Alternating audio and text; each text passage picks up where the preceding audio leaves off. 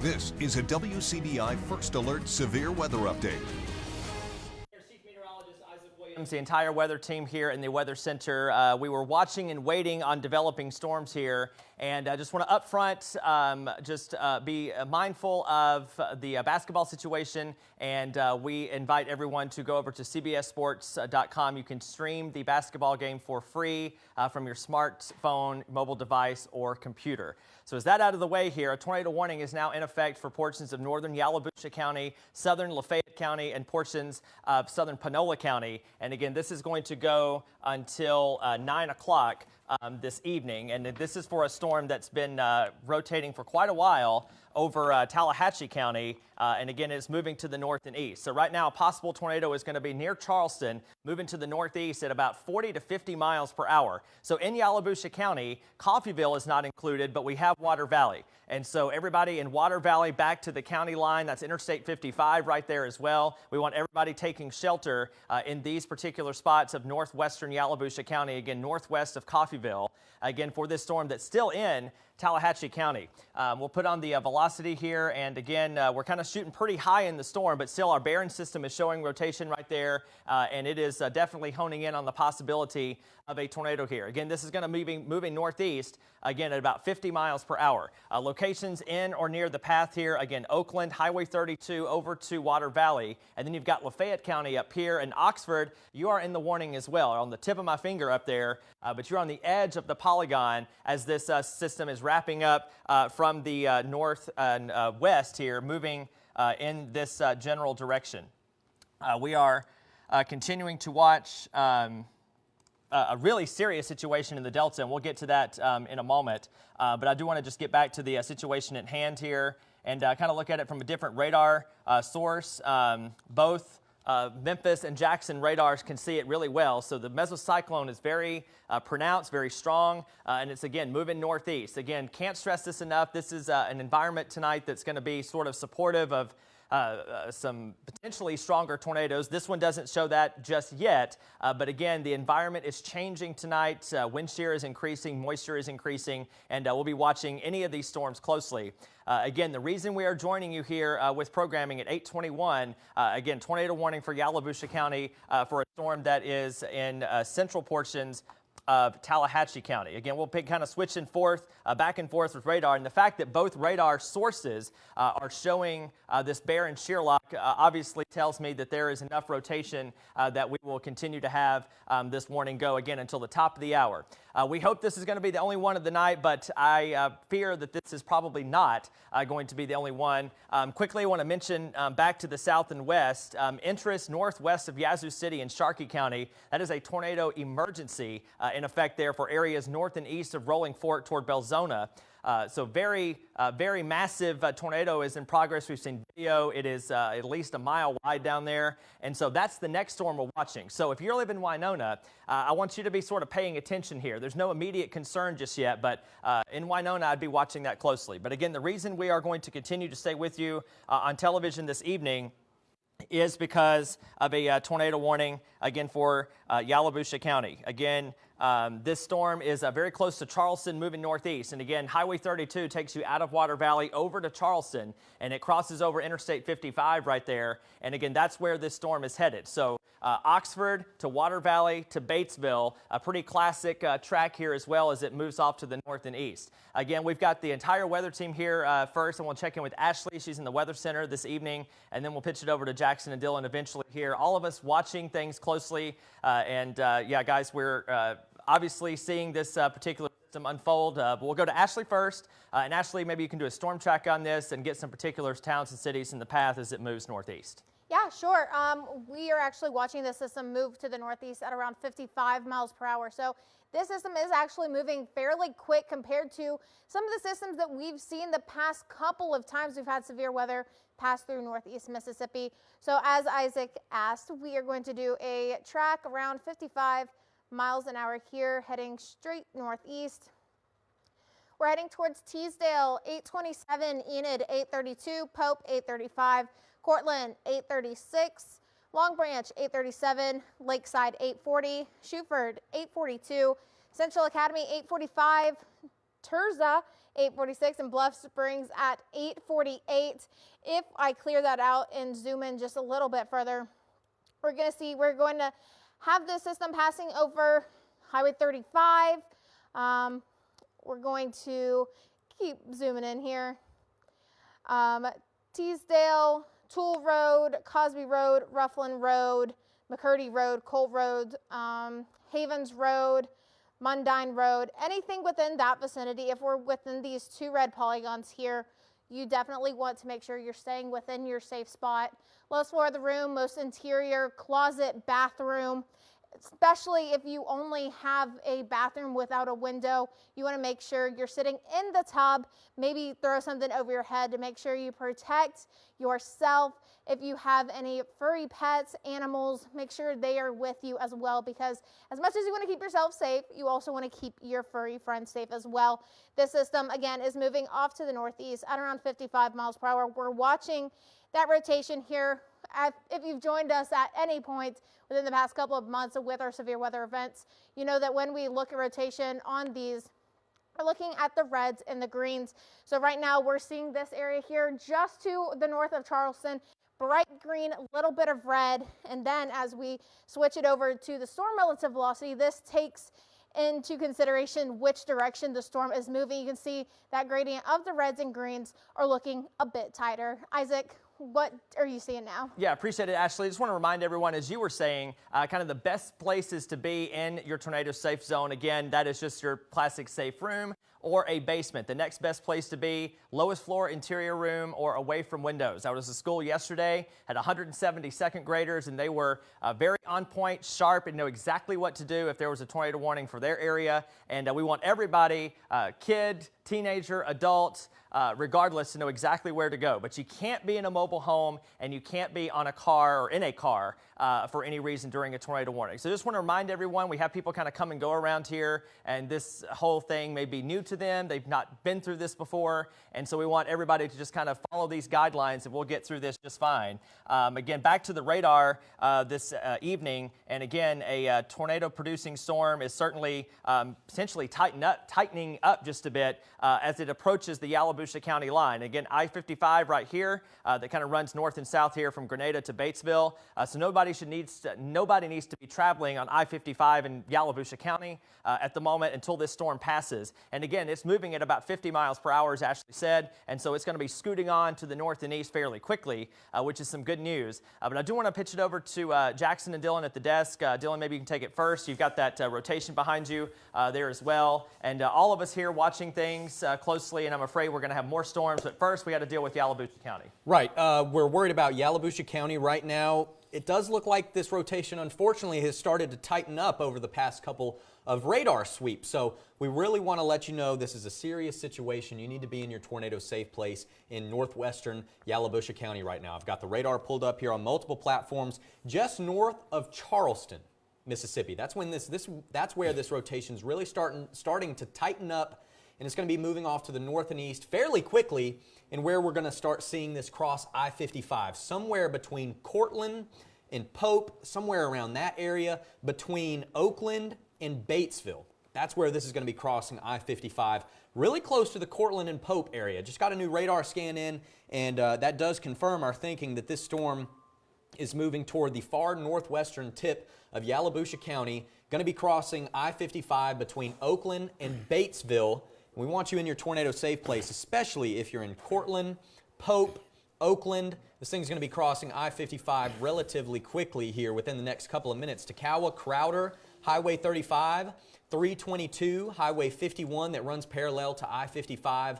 It's going to be moving just very closely to Enid Lake, the town of Enid, Teasdale. So if you have interest in any of the locations I called out, need to be in your tornado safe place immediately. We do have a tornado warning in effect for northwestern Yalobusha County, parts of Panola County, and Lafayette County, even including the city of Oxford. So this is definitely a thunderstorm worth taking seriously.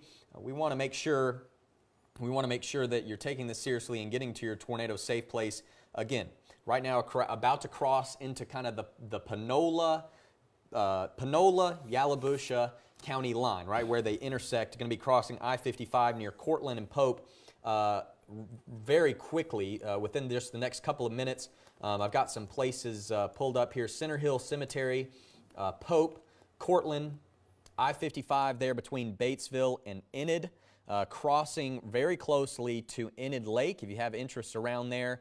And then Highway 35 going out into that region. Benson Road, Heron Road, Main Street in Pope, Water Valley Road, the old National Guard Armory right there off of Highway 51, Pope Crowder, Darby Trucking is around there as well, and we've got a couple rivers in that region as well. So Cortland, Pope, Oakland. Really, sense of urgency here. You have to be in your tornado safe place. This storm could put down a tornado, frankly, at any moment, Isaac.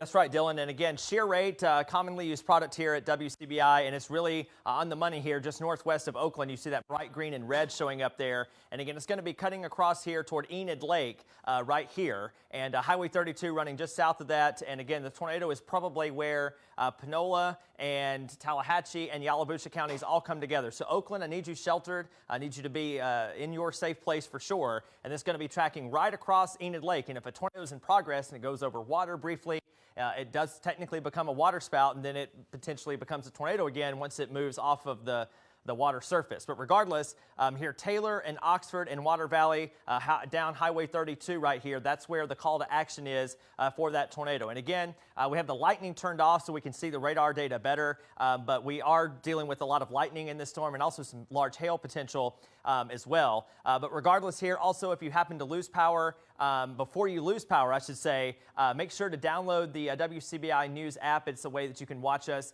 via the smartphone, your app. And we are going to see that continue as well. But again, Dylan's got some new information there at the desk. And just something I can mention quickly. Okay. Damage photos are coming in from Rolling Fork. Okay. And it does appear that the town in the Delta took a direct hit from an extremely significant tornado. Yeah, so we'll get... Yeah, thoughts and prayers down there to Rolling Fork. Yeah, for sure. And that's a really strong storm up down there. We'll kind of touch on that in just a second. We've got, again, potentially a tornado on the western shore of Enid Lake moving to the north and east. And again, our Barron system showing that system really nicely, and potentially a bounded weak echo region showing up right here south of Cortland and Pope. So all signs pointing to, again, a possible tornado that might be developing. Again, we hope the rotation is just off the surface since we are shooting at about 4,000 or 5,000 feet. Or so actually this radar beam is 6,000 feet right here south of Batesville, between Batesville and Oakland. On I-55, there's definitely rotation, and hopefully it's aloft, but we can't guarantee that, and that's going to continue to move off to the north and east. Let's also switch sources if we can, Becca, and get Viper behind me. Ashley has this pulled up. This is what Dylan was mentioning earlier. This is correlation coefficient, something we use all the time, but Rolling Fork is right there. That is a TVS, tornado vortex signature icon, but that is a very damaging tornado signature, and we, as Dylan mentioned, have starting to see some reports coming in of damage. And actually, in Washington County, north of this storm, there was potentially some debris falling from this storm way away from it. So obviously a very powerful storm, and with very much a cause for concerns. We're going to watch that closely, and we'll talk more about that coming up here. But again, the urgent call to action, we'll go back to links 1, is that we have this particular storm here in northwestern Yalobusha County, very close to Oakland and Enid Lake, moving to the north and east. Again, signs are that this rotation is definitely tightening. We have definitely seen a strengthening in this as well. And it looks like, rotation on the county line, pronounced beware. Again, that's a bounded weak echo region. Basically, that's a fancy science term to let us as meteorologists know that it is going to continue to show signs of deep rotation. We're going to continue to watch this. So we've got a new tornado warning coming for our friends down here in Carroll County and Holmes, Humphreys, and LaFleur. And so that's going to be the next, so Winona is going to be right up to your border. We'll wait on the polygon to appear, and you can see it stopping right there before Montgomery County. And again, this is the storm that has produced potentially some significant damage in the Delta and Rolling Fork. And again, so we're going to stay, and you can see that changed over to confirmed. That purple shaded polygon is a confirmed tornado. The pink is an emergency, which is back in the Delta. So this is the next call to action. We're not going to spend too much time just yet on this, but a heads up in Winona, you've got about an hour potentially before that storm reaches you if it holds together. And I'm on a different radar, so we can't quite see that as well. But as we continue to look at the rotation up here in near the Enid Lake region, very close to Hubbard Creek and Lakeside, Water Valley Landing, and Long Branch. Again, this is the lake right here. That's Interstate 55. And so basically, again, where Enid Lake ends at the interstate, that's where the rotation and possible tornado is. Again, the circulation has tightened up in the previous couple of scans, and it certainly looks to us as if a tornado is either developing or could be in progress. Pope Water Valley Road. That is a large thoroughfare through that area. All right, so Pope Water Valley Road, again, that's going to be coming south out of Cortland. Again, and ultimately, this is going to be crossing over into Lafayette County. But still, I want everybody sheltered in and around the lake here over to Water Valley as this storm kind of crosses over into southeastern portions there of Panola County as well. Again, this is coming from the Memphis radar. The Jackson radar can see rotation as well. It's just not quite as pronounced. But this particular storm down here definitely has more of our attention in the longer term because this is potentially what could be a longer tracking storm. It's already been down for probably 20 minutes or so, give or take, and there's another confirmed tornado warning in advance of this. And that actually goes until 9:30, so another hour or so, which kind of lines up with my thinking, again, from Winona, again, about an hour or so before this storm potentially impacts you. And other than that, we don't really have anything else too menacing on the radar. There is a severe thunderstorm warning for Kemper County, and that storm is still potentially producing some gusty winds as it crosses over into Noxubee County. We've seen some on and off rotation with that, but it does not look like anything is imminently producing that as well. And again, the Weather Service in Jackson telling us again that possible injury at a truck stop there, and the rotational velocity of 70 knots, which, again, that's science term, but it's very, very, very strong rotation.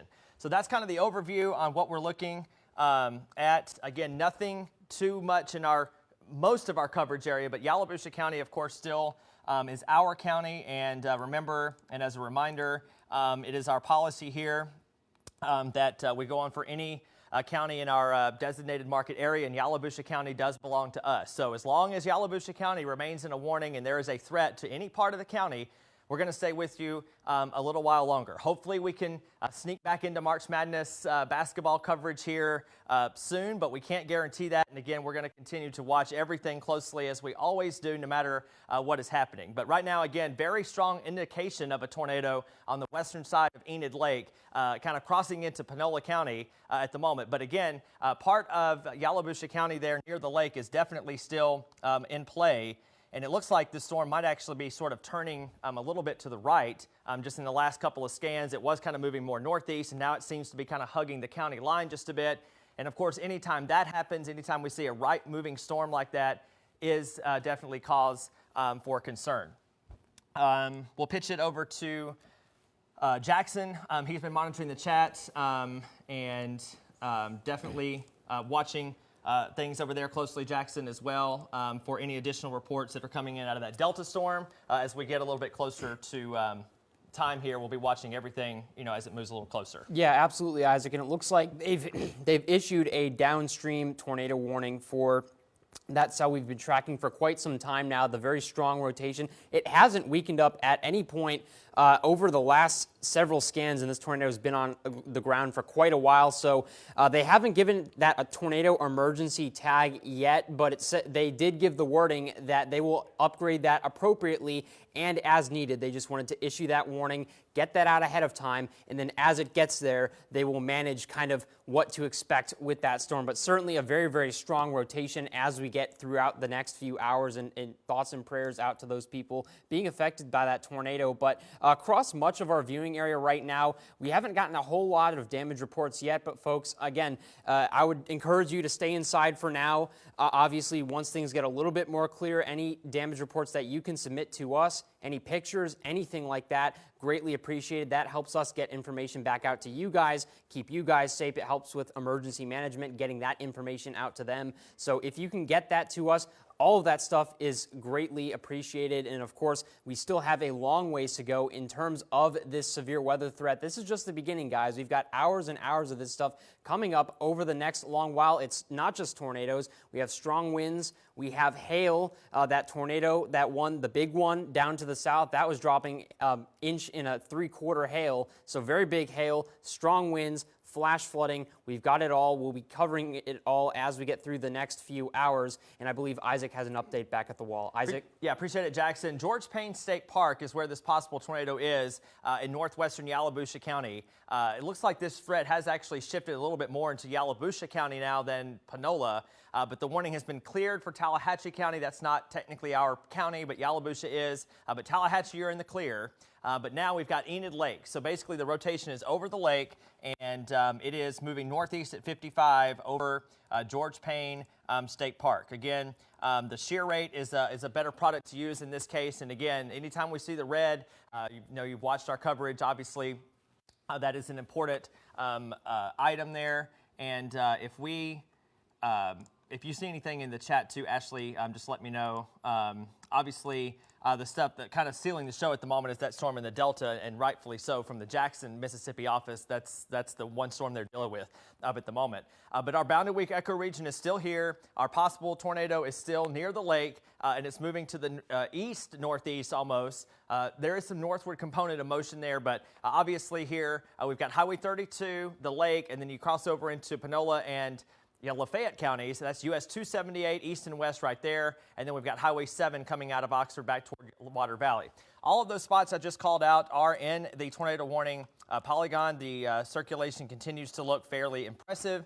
And again, the Weather Service in Memphis is continuing to continue that tornado warning, I should say, until 9 o'clock, which is 20 more minutes. And again, hopefully, maybe we can get back to regularly programming somewhere around that time frame.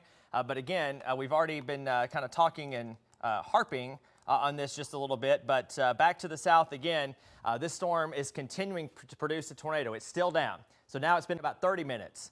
Okay, so this storm, and we knew that today may have a longer tracking storm or two, and this is certainly fitting the bill so far. And again, there's nothing really out ahead of it. There's nothing around it, and that was the fear, is that we get one or two of these storms to get by themselves, and that's what's happening. Now, for us in our coverage area, that doesn't necessarily mean anything bad is happening for us just yet. But if you live in Winona, I cannot stress enough that if this storm holds together, the general beeline is right to you. So we're not trying to scare, we're trying to inform. And this is the type of storm where the Jackson Weather Service office, if it holds together, is going to give really long lead times of tornado warnings. And that's the best time. You know, the average lead time in the nation is somewhere around 15 or so minutes, which is good. But in this case, we would be giving you potentially an hour heads up or more, and if this storm holds together. And so that's kind of the reasoning behind their warning decision today in the Jackson office, at least. But right now, again, our cause for concern, again, back up here in Yalobusha County. And we'll go over to Dylan here in a second. Dylan, I've got the radar zoomed in behind you there, so you can talk a little bit more about the storm getting closer to.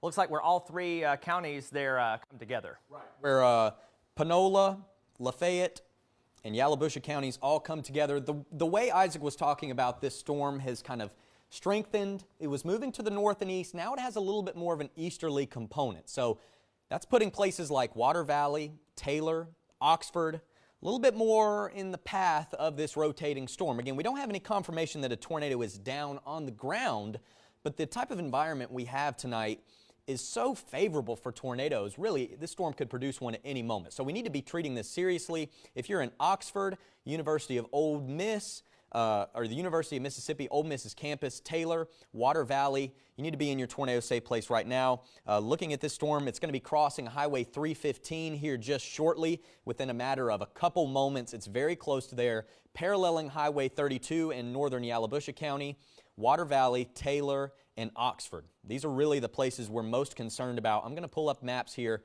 see if I can give you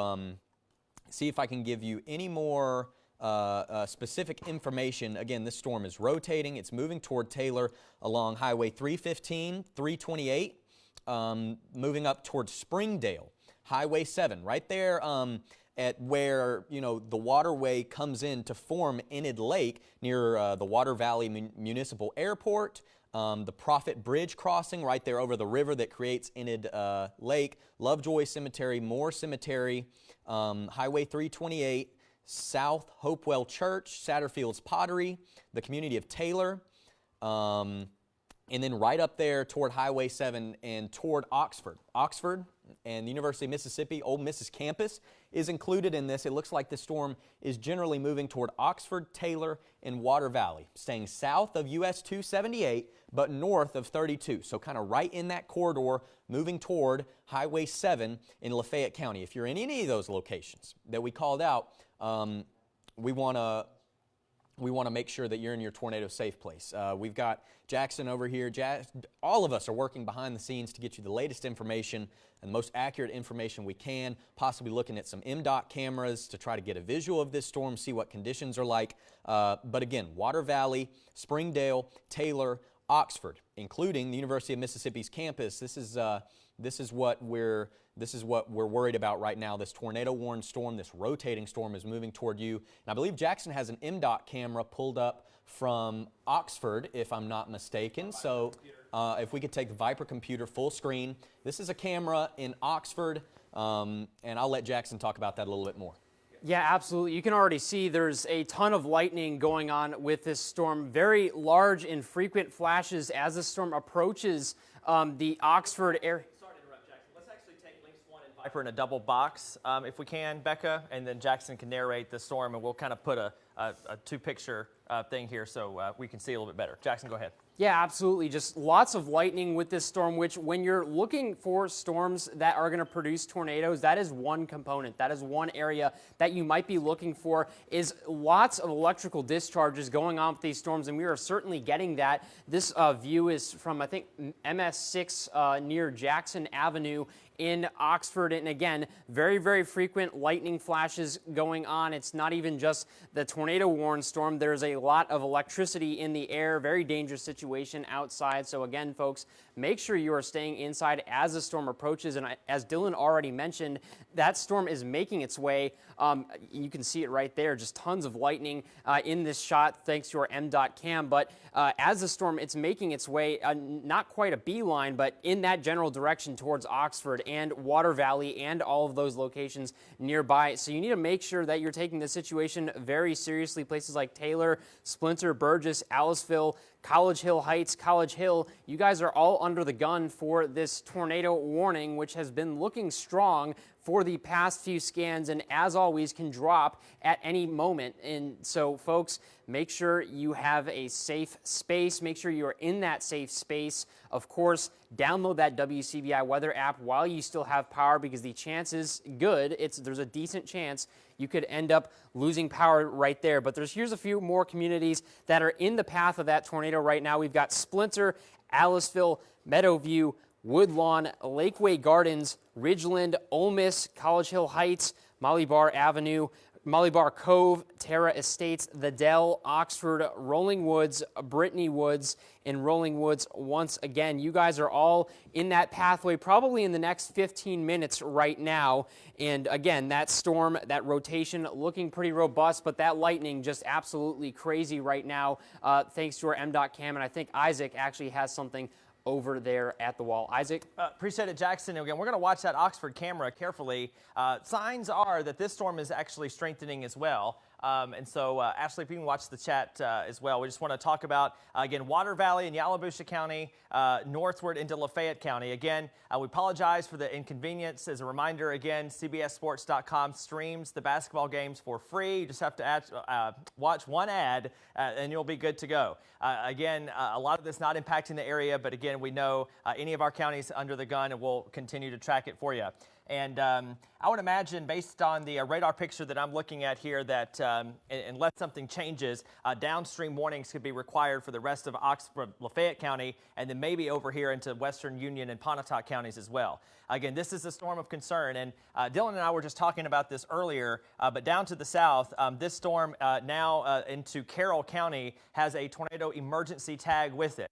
So anytime we see the pink flashing polygon, that is the highest level tornado warning that the Weather Service can issue. And so if this storm continues to hold its own, which, by the way, this started across the line in northeastern Louisiana parishes. So this, again, Winona, time now is about 45 minutes potentially. So your time is decreasing just a bit, but we still have plenty of time. There's no need to worry. Hopefully the storm weakens, but again, we just want to give you the earliest possible heads up in the event that this storm stays together. Again, Carroll County, a tornado emergency in effect for you as the storm comes in from the south and west. Again, back to the northern storm, though, we are going to continue. A tornado was located near Springdale or near Water Valley, northeast at 55. So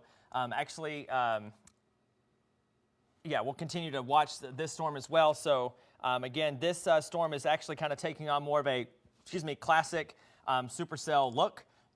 With this, and it looks like they actually canceled Yalobusha County from the warning, yet they said it was near Water Valley. So I'm not sure what's going on there, but Water Valley, I think I still want you sheltered here. The tornado is very close to you. The tornado circulation is probably 2 or 3 miles north of Water Valley, southwest of Oxford. And again, do we still have that camera pulled up, Ashley, that we have? Let's go ahead and take the, excellent, triple box there. So Highway 6, Jackson, correct? Mm-hmm. Okay, outside of Oxford. So that's in the upper left-hand box.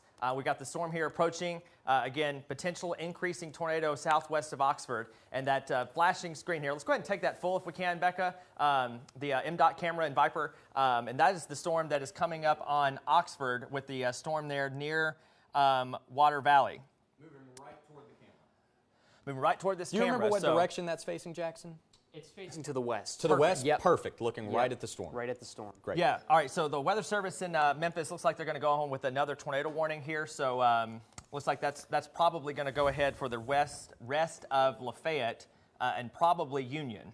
And so let's go ahead and take me back at the wall if we can. And as soon as that pops up, we will let you know here. But it looks like we are going to unfortunately have to stay with this. And we feared tonight was going to be a night potentially where once we got on, we may stay on for a while. And again, there's that new warning. So a new tornado warning in effect. This is going to continue our coverage now until at least 9:30. A new tornado warning, in effect until 9:30. This includes the city of Oxford, but it also includes New Albany, Ecru, Thaxton, and Pontotoc counties, again, until 9:30. So an extension of the tornado warning, again, for a developing tornado very close to Oxford. Again, we're going to watch these MDOT cameras very closely. Again, Lafayette County technically belongs to the Memphis television market, what we served you for a long time. And since Pontotoc and Union counties are in this warning as well, we are going to stay on our programming. And normally in 10 minutes, we would start our CW newscast. We're going to continue with our tornado warning coverage. The time is now 8:51. And again, southwest of Oxford, pretty high urgency here in that the potentially developing tornado there, our shear rate certainly honing in near Taylor. So this is still a few miles southwest of town. Obviously, the campus of Ole Miss needs to be going through their tornado safe place plans here very, very soon. But definitely Taylor, that's Highway 7, Highway 278, Highway 30 that takes you back into Union County. All of you folks out here now in the flashing red are in a tornado warning. So that means, again, Doppler radar has indicated a tornado that is in progress potentially and is moving toward the city of Oxford. So again, if you live around Oxford, if you're tuning in and you have a student, you have a child, if you're a parent watching from afar, and you have a student on the Ole Miss campus, give them a text, give them a call and say, hey, tornado warning. In effect, hopefully Ole Miss is going through their tornado precautions. We've got some reports that the siren sirens are going off in Oxford, so that's a good sign. Yeah, and so this is going to be near Springdale, moving northeast at 50. And Ashley, let's go ahead and pitch it over to you for a second. Bring Ashley in the Weather Center, and you've got the storm track plotted as we get closer. Looks like Oxford there in just a few minutes. Yes, so the system's still holding strong northeast at 55 miles an hour. And so I did that cell track. We've got Meadowview at 856, College Hill Heights 859, Richland at 859, the Dell at 859, Ole Miss 859 as well. So that's coming up here in 7 minutes. So you want to be in your shelter now for sure. Rollings Hill at 901, Rollings Woods at 901, Brittany Woods at 902, Rolling Woods at 902, and Woodland Hills Estates at 902 as well. This is coming up in a matter of 10 minutes. The system, again, moving fairly quickly northeast at around 55 miles per hour. So if you are within these polygons, you want to make sure you're taking shelter. You're finding your most interior room, the most lowest floor of your place that you're staying in. You want to make sure there are no windows surrounding you, no way to the outdoors, because if the system were to come over you with these fast winds as well, things could get blown in or sucked out, and you don't want to be involved in that. If you're within your safe spot as well, throw something over your head, a helmet, mattress, pillows, a couple of pillows, and make sure you have your furry friends with you there as well. If I zoom in a little bit further, clearing out this, we're watching the system moving, going over Highway 6 West, Highway 7, Highway 30 East, and Highway 7 North. So don't be on the road. You want to make sure if you are on the road, you stop, you find a gas station, a McDonald's, a Wendy's, whatever it may be. Go in there, go to the bathroom, and tell the workers there too, like, hey, the system's heading our way. Let's all get inside, because they don't want to be stuck in this either. They want to make sure they're staying safe as well. And this system holding strong with that rotation, the reds and the greens there. We are plentiful of keeping this data rolling, watching it go towards the east, heading towards the campus. So students, if you're sitting at your apartment, in your dorm, watching us, make sure you head to your safe spot. Those sirens, as Dylan mentioned, they're going off. Dylan, I believe, has some extra knowledge as well. Dylan. Right, so the sirens are going off in Oxford. That's good. Hear the sirens, you need to get to your tornado safe place right now. This storm is really wrapped up. It's spinning really, really quickly, and all indications to us are that this storm could very easily produce a tornado at any moment, and it's coming right up on Taylor, right up on Oxford. Obviously, the radar, we can't pinpoint exactly within, feet of where a tornado may touch down. But if you're in Oxford and you're in Taylor right now, or anywhere around there, you need to be in your tornado safe place immediately. This thing looks like the tightest rotation is over top of Taylor right now, crossing Mississippi Highway 303 near the Beard Storage Complex. Near Bowles Concrete and Finishing. There's a Dollar General on Highway 7 just south of Oxford near the North Mississippi Regional Center, Pea Ridge Recycling, the Oxford Treehouse Gallery, where the Memphis-Oxford Airport Shuttle is, Rebels Gas Mart, Highway 7, South Lamar Boulevard, Old Taylor Road, Baptist Memorial Hospital. They're in Oxford on the south side. You guys need to be going through your tornado plans right now. If we could take that Viper camera full, please. The storm is moving toward and into Oxford right now. This is the MDOT camera we're looking at on Highway 6, right, Jackson? Highway 6. Highway 6, looking west in Oxford. The storm is moving through. Wouldn't be surprised if there was some hail falling right now, extremely gusty winds, and the worst of this storm is moving into the city right now. So if you're in Oxford on the University of Mississippi's campus or in Taylor, this tornado-warned storm is moving overhead right now and really could produce a tornado at any moment. You have anything to add, Jackson? Dylan, I would just say that you can see that driving rain right there on the MDOT cam. I would also say this, it's nighttime. Right. It's rain. This whole thing is rain wrapped. You will not be able to see this tornado at all, even if there is a power flash or anything like this. So don't rely on visual cues for this. You want to be inside, indoors at any point. Take our word. Trust us. Trust us. Take our word, because strong winds, again, present, and you can't see it. So stay indoors, find your safe place, and you'll be just fine. Right. Isaac's querying some data that we have with radar, and it indicates some extremely strong rotation there just south of Oxford, crossing Highway 7 right now. Yeah, thanks, guys. And again, all of us watching everything closely, and that storm in Winona will obviously be watching too. Let's take me back full, Becca. Appreciate it. And again, this is south of Oxford. Now, this is looking at about 5,000 feet in the air. But we've got about 130 mile per hour rotating mesocyclone, again, 5,000 feet up. We hope these winds are just that, at 5,000 feet, and they're not occurring at the surface. However, just with the way this storm is spinning up, I would not be surprised to see something touch down near the city of Oxford.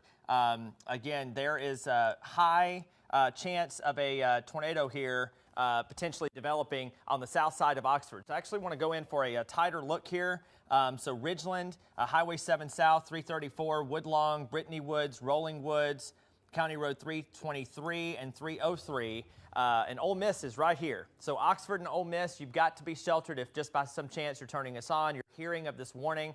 We need you to be sheltered. There is likely potentially at least, a tornado that is developing. Anytime we see a shear lock, a hole in the radar data right there, that's a bounded weak echo region with the red on the shear rate. Everything seems to point to something happening here near Oxford. And again, I want to double box, if we can, back to me and Viper in the box. I want to show this storm, and this is just one view that we have from the MDOT camera just outside of the city of Oxford. And again, the storm that you're seeing on radar is what you're seeing in the other box. And obviously, we've been seeing torrents of rain, lots of lightning, some hail moving through here as well. And again, just nasty, nasty weather. Nobody needs to be out in Oxford right now. I know it's a Friday night, and students are there. It's not spring break. They're probably out and about, but they certainly need to be indoors if at all possible, and just hold off on those plans for 30 minutes or so, and then we can kind of get things hopefully back to normal. But I just want to, Ashley? Lafayette County Fire Department is responding to a structure fire at the 900 block of County Road 251. Okay. So they're not sure if that's due to lightning at the moment. They are going to update once units arrive on scene. All right, appreciate it. And I'm just going to, while I'm standing here, I'm just going to check an off camera, or not, I'm off camera. I'm standing right here. Isaac, again, go ahead, we're watching this storm in Oxford. Jackson and I are watching the storm down to the south, approaching Winona. There's a tornado emergency for Carroll County. We want to make sure everyone down there is in their safe place as well. There's storm spotters all throughout the state of Mississippi, and they're all on that storm down there, relaying us information, helping with search and rescue from the tornado damage. This storm is, that storm to the south is moving through Holmes County, Mississippi, toward Chula, and then toward Sidon, and eventually toward North Carrollton, Vaden, and Winona eventually. This storm, according to storm spotters, is ramping back up again. This is a long-track supercell thunderstorm that's produced a violent tornado in the Mississippi Delta. It's done damage to homes, caused significant damage, and affected people's lives. The storm's moving in the general direction of Winona, okay? So this is a serious situation. Storm spotters report that storm to the south starting to ramp back up. And again, it's not unlikely that this thing produces another tornado closer to Winona. So we want you to be aware. You still have some time, but just keep in mind we have another dangerous storm to the south moving through Holmes and Carroll County toward Winona. Isaac's back over there at the wall watching this storm move through Oxford. Serious situation here. Yeah, you know, this system here is certainly wrapped up. Again, the winds have actually increased since the last time I queried them, and we're looking at potentially here about 130, again, mile per hour winds here with the shear rate not maxed out, but certainly honing in near Oxford. And again, we're honed in on Oxford, but the reason we're here is that Union and Pontotoc counties belong to us, and the tornado warning is going to continue. In fact, we'll do a quick station identification. It's just after 9 o'clock. Normally we would be on My Mississippi and the CW4 with our 9 o'clock newscast, but you're watching us there, and also on WCBI TV, Columbus, Starkville, and West Point. We are in continuous tornado coverage on our Friday night with team coverage as multiple tornado warnings. Dylan mentioned the one in Carroll County is going to be moving toward Winona, but right now we've got Oxford and areas downstream. So Thaxton and Ecru and New Albany. If you have heard the tornado sirens in your area, chances are you need to do something about it, and you need to be going to shelter. And again, this storm is moving at about 50 or so miles per hour. Let's take Viper full if we can. Becca, we've got really rocky weather. This is University Avenue east of Mississippi 7. Dylan just to the storm in Oxford, yes. All right, so this is University Avenue in Oxford, Wow. just east there. And again, the winds are howling. Certainly very, very strong winds, if nothing else. Just horrible weather on a Friday night in Oxford. And again, a tornado warning is in effect. This is not a severe thunderstorm warning. This is a tornado warning that's in effect here. And again, this is our MDOT camera, University Avenue east of Mississippi 7. And again, this is right where that possible tornado would be. Now, which direction, Dylan, is that looking? Did you catch? It's looking toward the east. Okay, so again, that's where the storm is headed eventually. We'll see kind of the back side of it once it moves through. But we are... And it looks like the strongest rotation is going to move very close to that camera.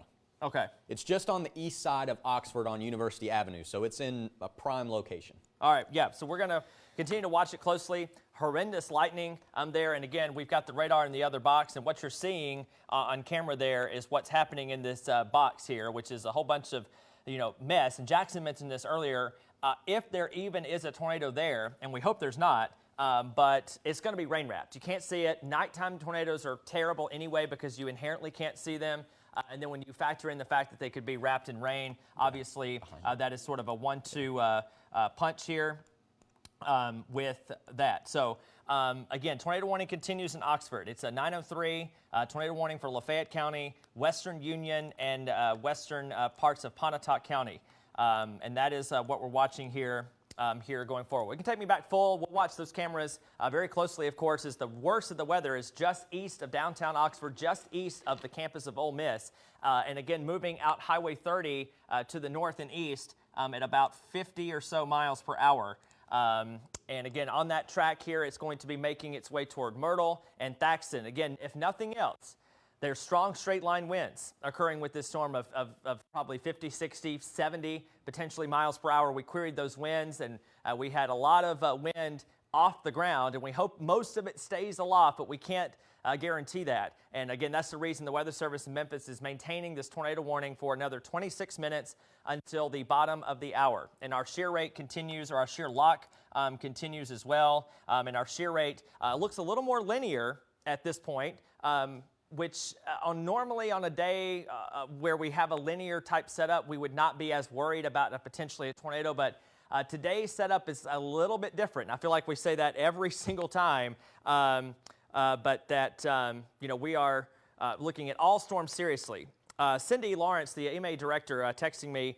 So 911 apparently is receiving a lot of calls for Lowndes County, and there's no issues in Lowndes County. She just asked me to pass that along to everyone. I'm reading her text here on my watch. So unless you have an actual emergency, there's no bad weather in Lowndes County. So just want to pass that along. She is saying 911 is receiving a lot of calls about a storm, and this is not in Lowndes County.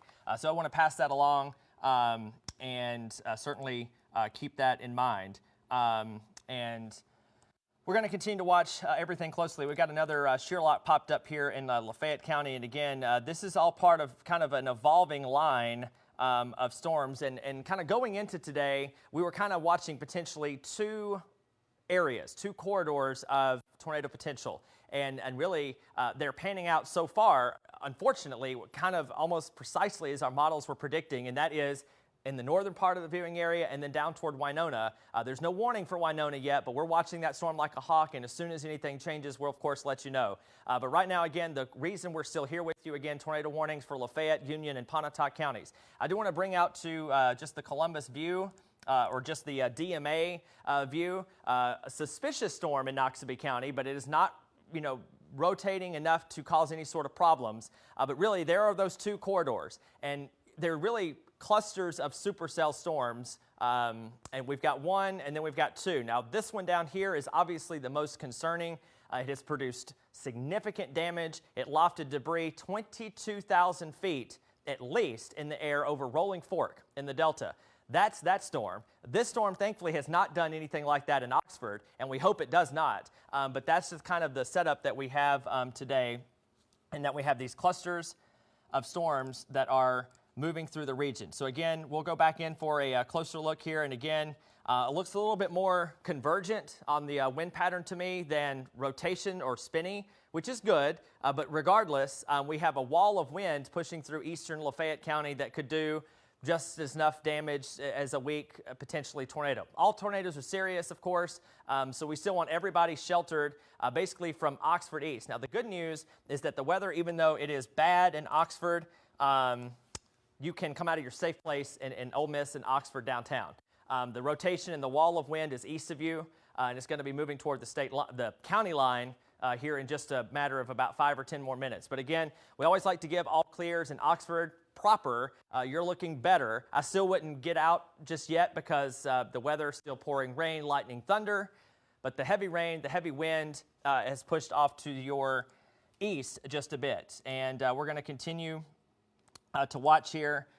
Looks like a new tornado watch is going to be coming down for northwestern Alabama. And most likely that will include probably Marion, Lamar counties of ours, and then up into the Tennessee Valley. We'll continue to watch that closely. We still have a TDS down in Holmes County, and again, we'll continue to deal with that as it comes. But we'll pitch it back to Dylan here at the desk. And again, this storm now east of Oxford, Dylan, near Denmark. It looks like Weather Service updating that warning. Jackson and Dylan both there in the other part of our studio watching things closely. And again, this storm knocking on Union and Pontotoc County's doorstep. Right. We've moved past Oxford now, and I think a good rule of thumb for this storm is the main part of rotation is going to be moving from Oxford toward New Albany, kind of paralleling Highway 30, you know, the road that runs from New Albany back toward Oxford, moving right along in there. Going to be getting into Union County here relatively quickly, still in Lafayette County, but moving toward New Albany and the northern part of Pontotoc County. So we want you in your tornado safe place. We're giving you a heads up. You have probably 5-10 minutes to get to that tornado safe place in New Albany before the conditions really start to go downhill. So it's going to be moving up Highway 30 toward the Upper Sardis Wildlife Management Area, toward Puskus Lake Recreation Area, the Little Q Ranch, Cypress Cemetery, like I mentioned many times along Highway 30 there, toward Union County Landing Strip, that airport. The Little Tallahatchie River, it will eventually be crossing there, and eventually toward New Albany.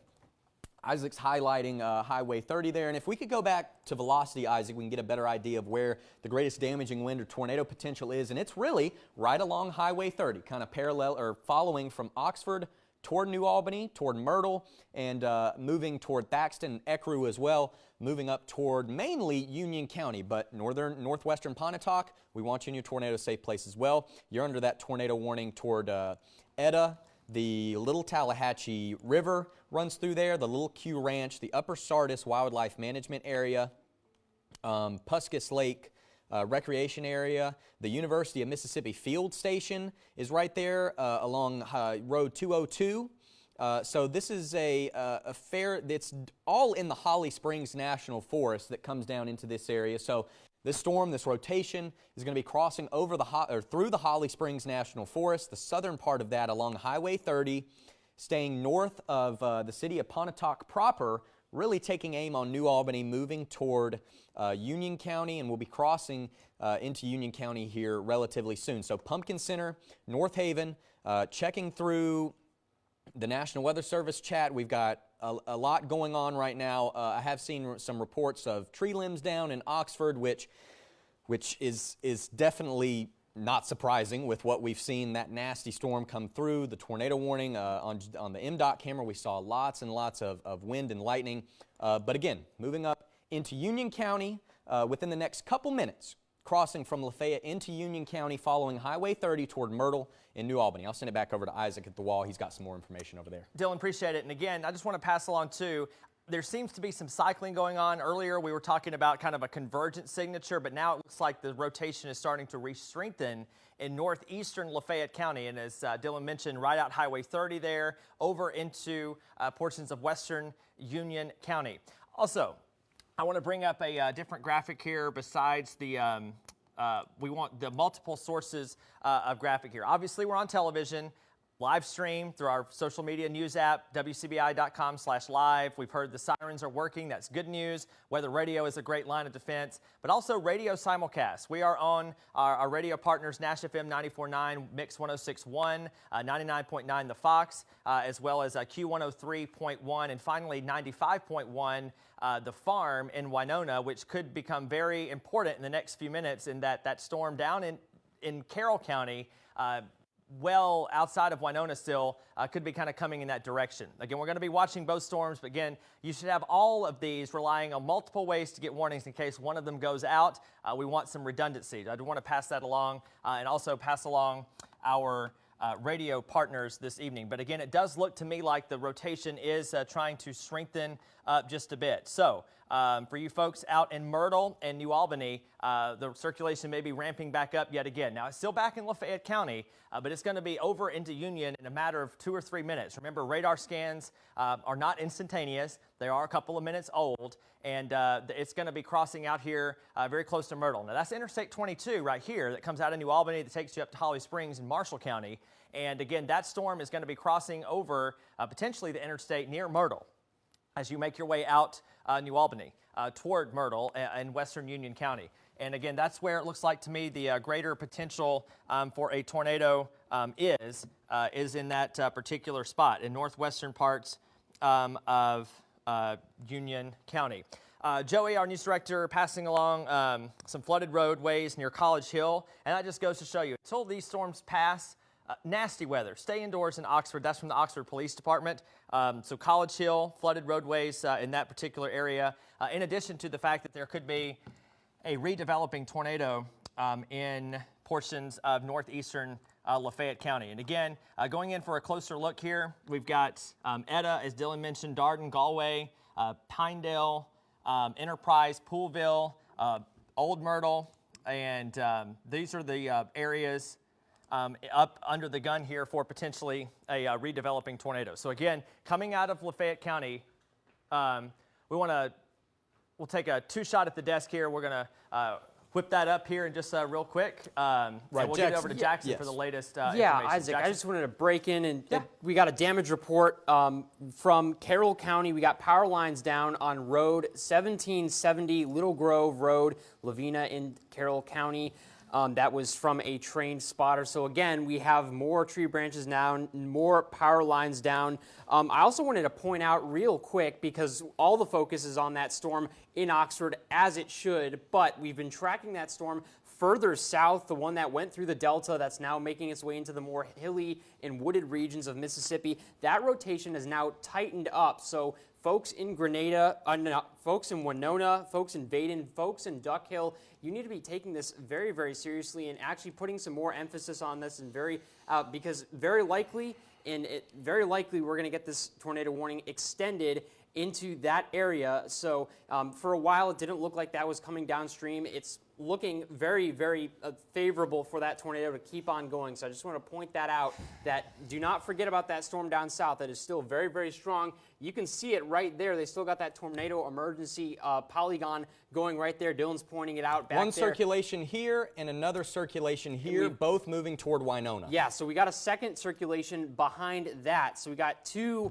tornadic cells that are making their way up to the north and to the east. So it's multiple rounds of weather here. You're going to want to make sure that you're finding that safe place now, because as Isaac stated earlier, these are some fast-moving storms moving upwards of 55 miles per hour at times. And if you look at that shear rate right there, especially right over Black Hawk, we've got the yellow. We've got yellow, which is, folks, again, if you've never seen yellow on the shear rate, that's exceedingly rare. That just tells you how strong this storm is. And that perfect S shape right there that you get, you only get those with very intense, very strong, very robust circulation. So we're very much watching this storm as it makes its way off to the north and to the east. Right. This circulation right here, this is the same storm, the same circulation that went through Rolling Fork and caused significant damage. This is a long track supercell thunderstorm right there over Black Hawk right now in Carroll County.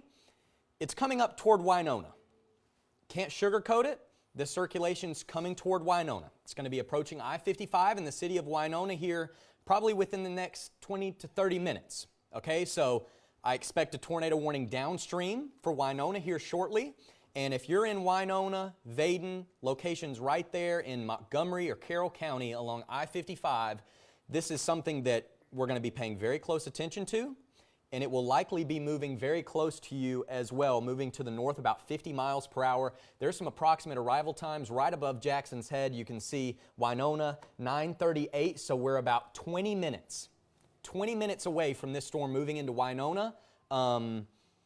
It cycled. It's strengthened, and we may very well have a tornado that has touched down once again in Carroll County, moving in the general direction of Winona.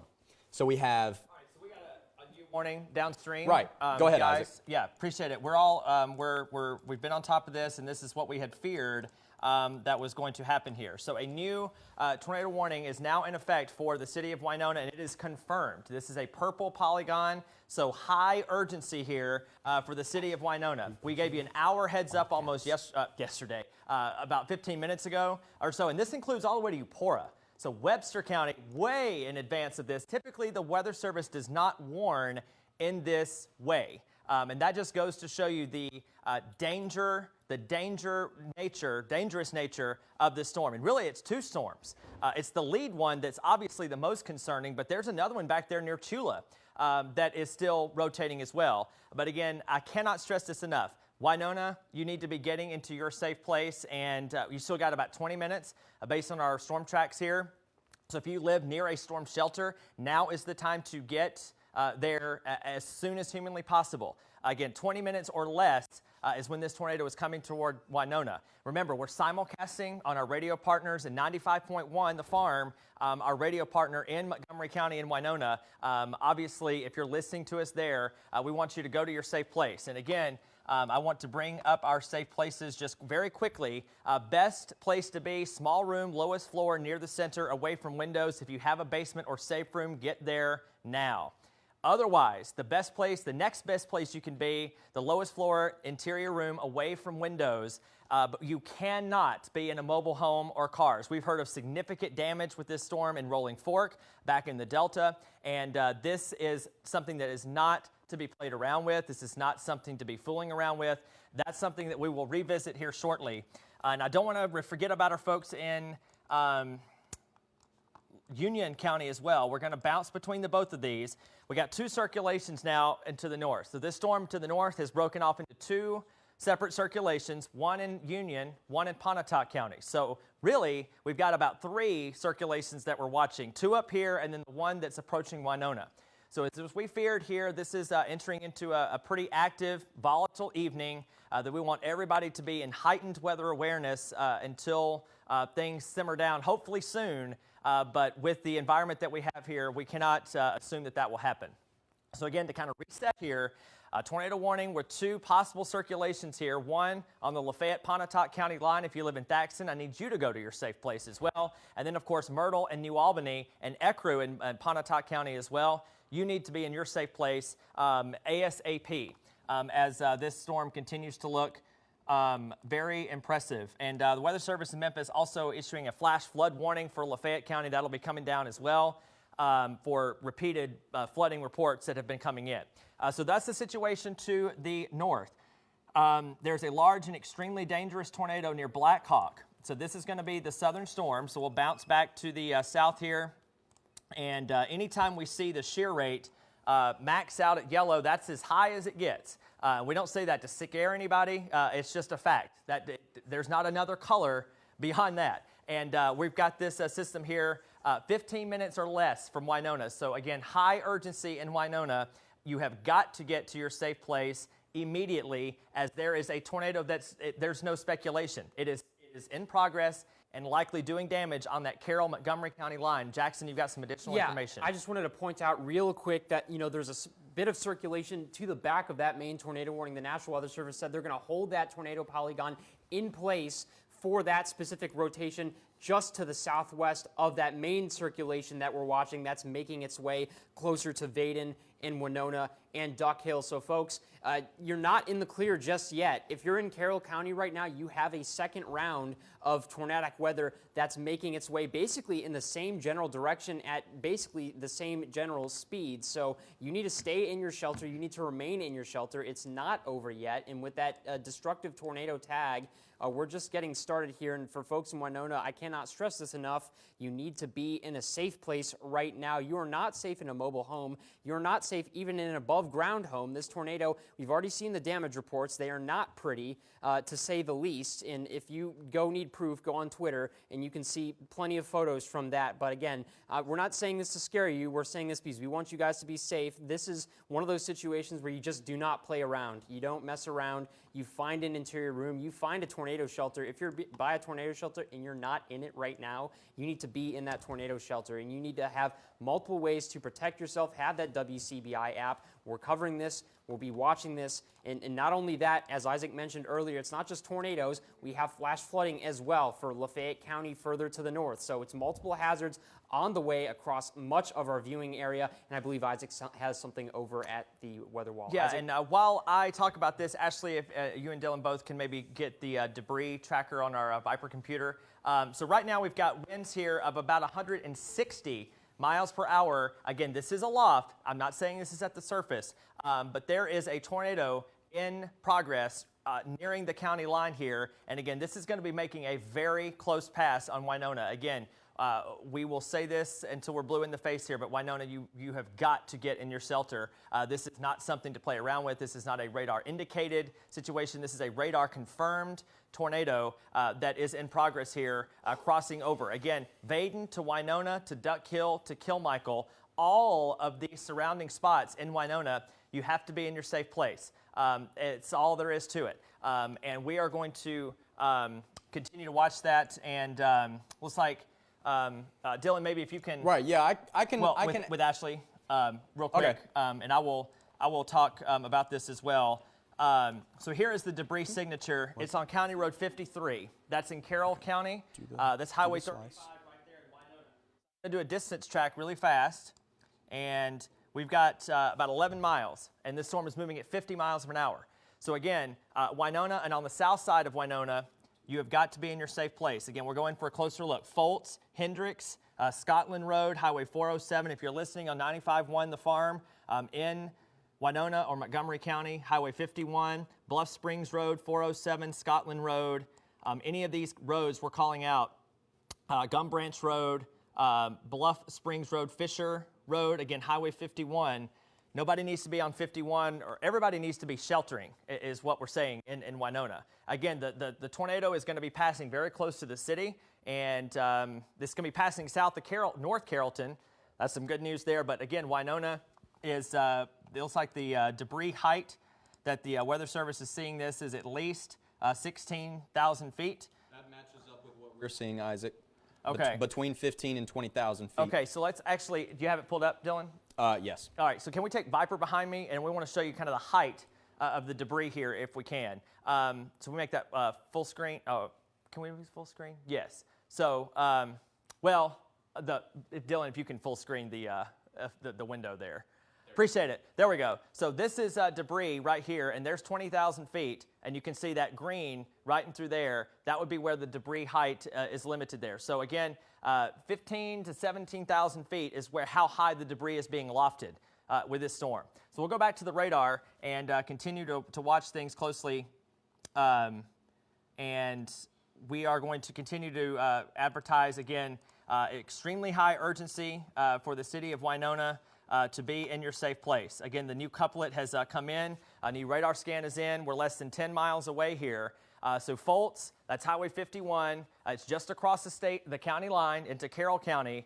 And this is going to be moving toward Winona and Kilmichael. Obviously, US 82 right here, the main east-west highway to get you through Winona. Everybody needs to be off of that highway. You simply cannot be in a car. You cannot be in a mobile home. You've got to be in a site-built structure. Lowest floor, small room, put as many walls between you and the outside as possible. And since we know debris is happening, if you have helmets, bicycle helmets, if you have one, batting helmets, anything to protect your head from flying debris. I know that sounds scary and horrible, but research has shown over the years with pillows or helmets or batting helmets protecting yourself, it is the best way to survive a potential tornado. And I say potential tornado, there's obviously something down here that's approaching Winona. Dylan? Isaac, can you put on the debris tracker here behind me? I'm going to talk about this storm just for a minute. So yeah, right here, this signature right here, crossing Highway 35. Actually, Dylan, sorry to interrupt again. No, go for it. They are going to post up a tornado emergency for Winona. So if the newsroom is actually listening, if we can send maybe another push alert through our news app here. These do not happen very often, okay? Tornado emergencies are issued in the rarest occasions. So again, they are in the process of issuing a tornado emergency, and we're going to see this polygon turn pink. And that is, again, for the possibility of a larger tornado that is potentially coming. All right, Dylan, back to you for a second. Yes, trying to let these people know however way we can. Here's the tornado debris signature.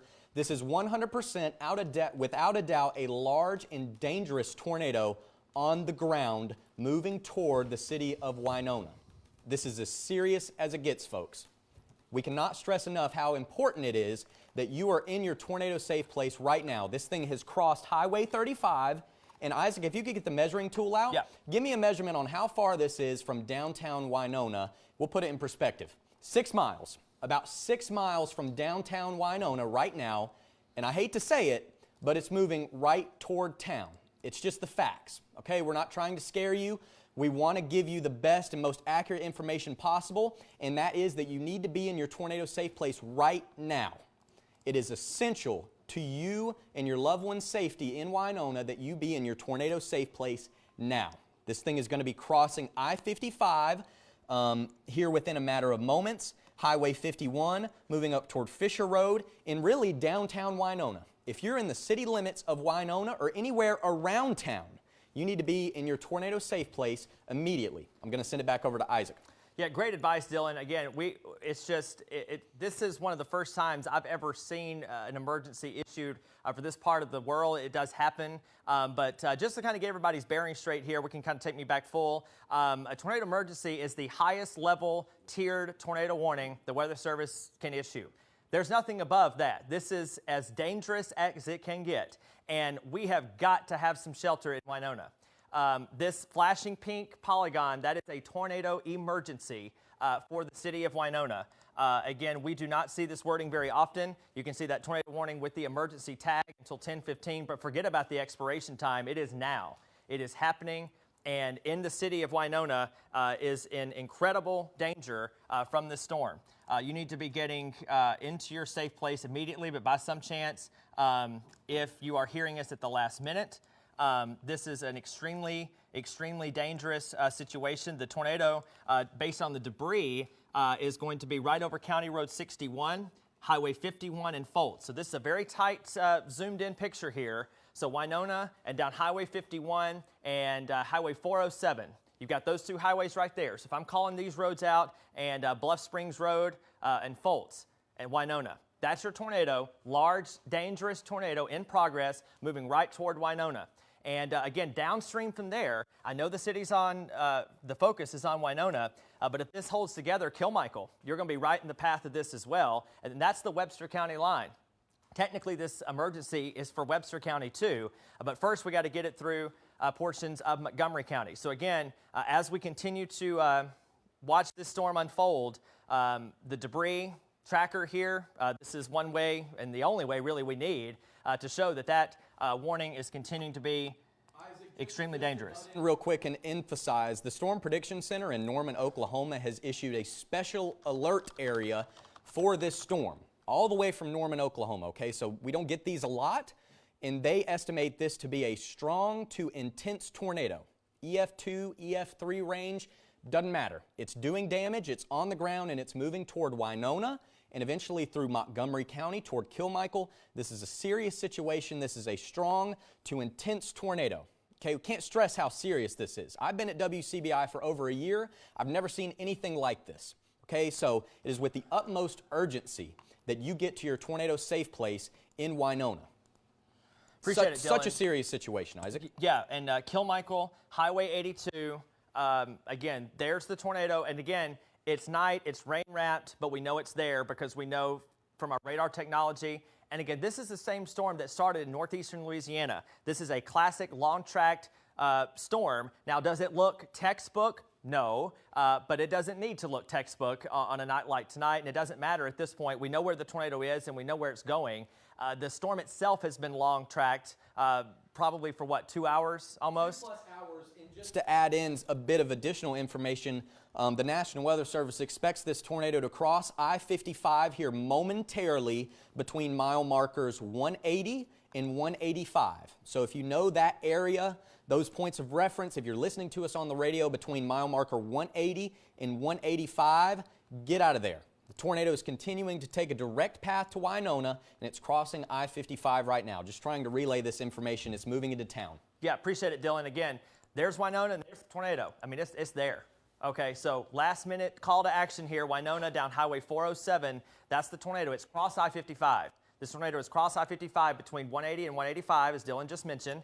Okay, so there's US 51 crossing that highway now, and then there's 407. So this is going to be crossing US 82 a couple of miles east of downtown Winona, out here close to Kilmichael. We'll take you in for a very much closer look here. So Poorhouse Road, Hendricks, Lewis Creek Road, Scotland Road, Fairview Road, Lower Milligan Springs Road. These are branches off of Highway 82. So there's 82, Winona, tornado. Fultz, you're probably getting damage, unfortunately, right now in Fultz. This is moving to the north and east. Minerva, Fox, all of you need to be sheltered as well as Kilmichael. Again, highest urgency possible. This is a tornado emergency for the city of Winona as this storm continues. Now, unfortunately, from a velocity standpoint, we're in a little bit of a radar gap, but we don't need velocity at this point. We don't care about that because we have our debris tracker and we know exactly where the tornado is. So, again, over Winona now. Next call to action again is out to the east of Winona. So out here toward Cedar Hill, Minerva, Lodi, Kilmichael, and US 82 bends back into Webster County right there. And Webster County, you're in this tornado emergency as well. So Eupora, you got a 30 or so minute heads up on the storm. So if you're watching in Webster County, this storm does not look like it's letting up. And if it does, we pray and hope that it does. But in the event that it does not, it is likely to stay very close to US 82 near Kilmichael. So Winona, it's over you, heading toward Kilmichael. You got about 5 or 10 minutes in Kilmichael before the storm is reaching you. There's a new radar scan. TDS is still present. And again, we're moving farther away from the radar, but that doesn't necessarily mean... the scattering behind that velocity couplet, Isaac? Yes. I think that would be indicative of a strong tornado. Yeah, direct path of Winona. A large tornado was near Winona, moving northeast at 60 miles per hour.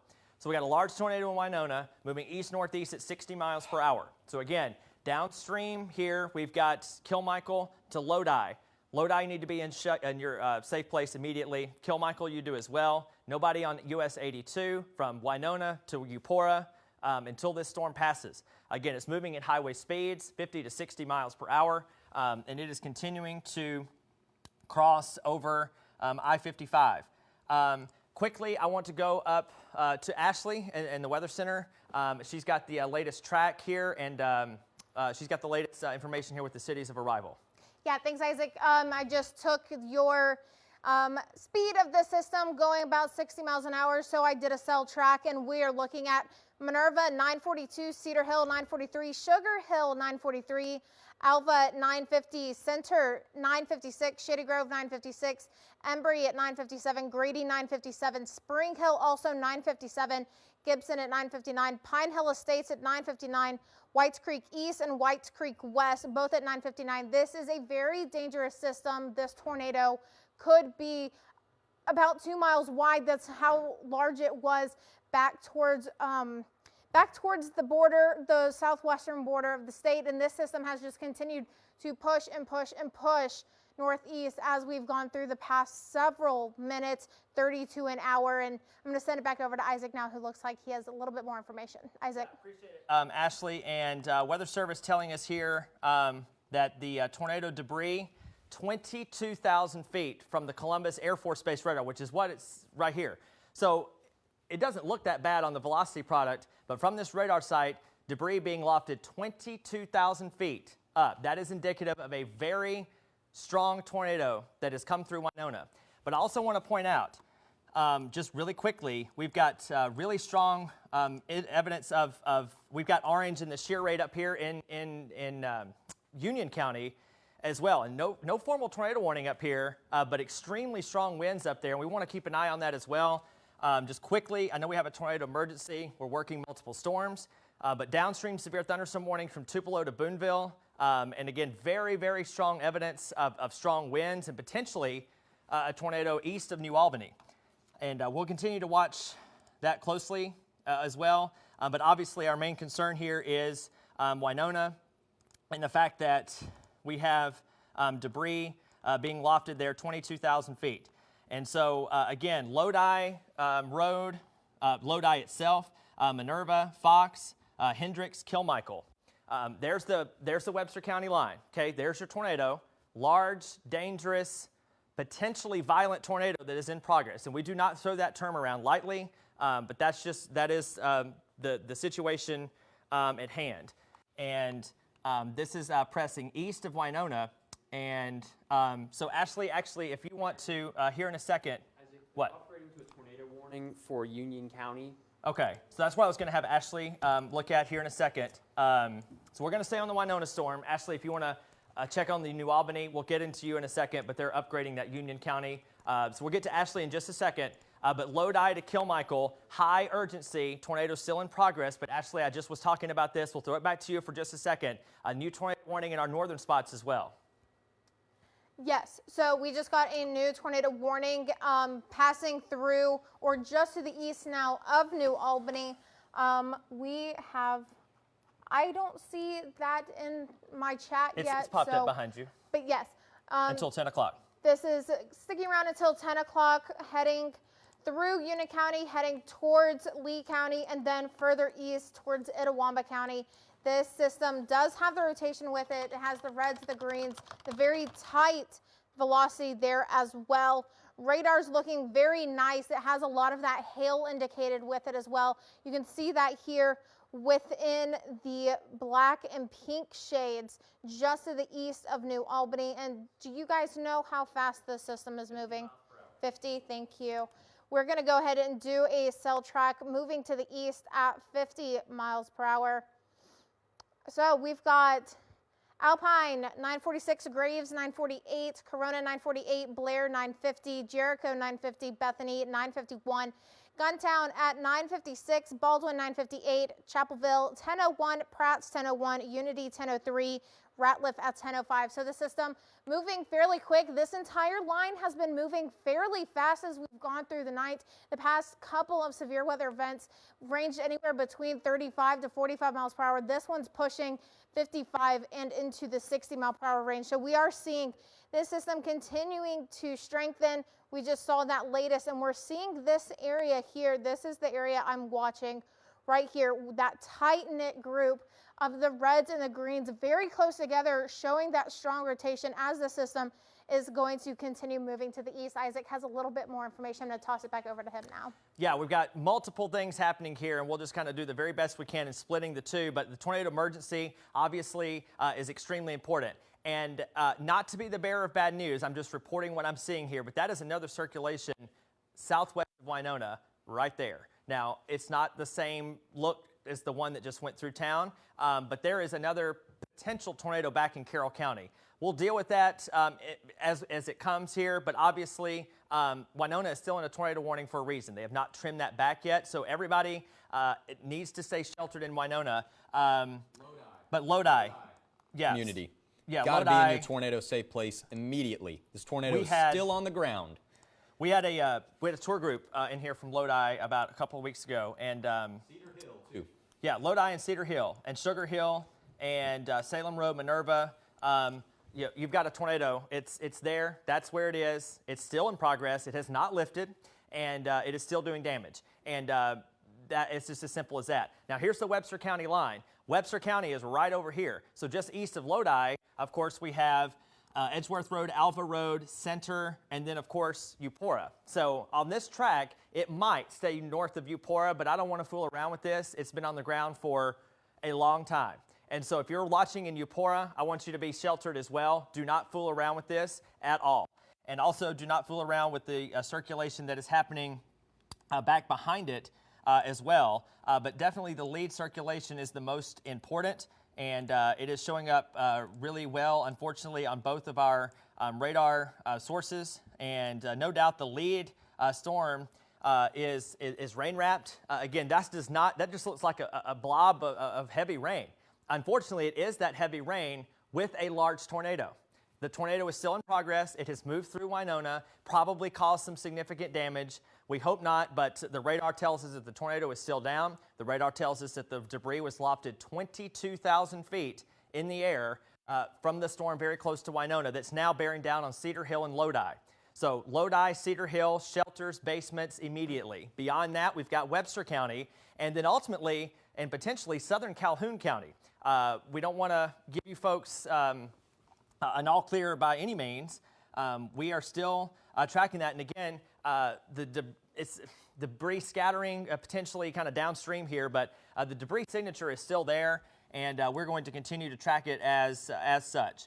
Again, this is a very wrapped up, violent circulation. So it looks like they're going to drop the emergency for the time being. They're going to go back to considerable. That really doesn't change our messaging at all with the circulation like that. We know it's done damage, and the tornado is still in progress. And so they're just downgrading from the emergency for the time being.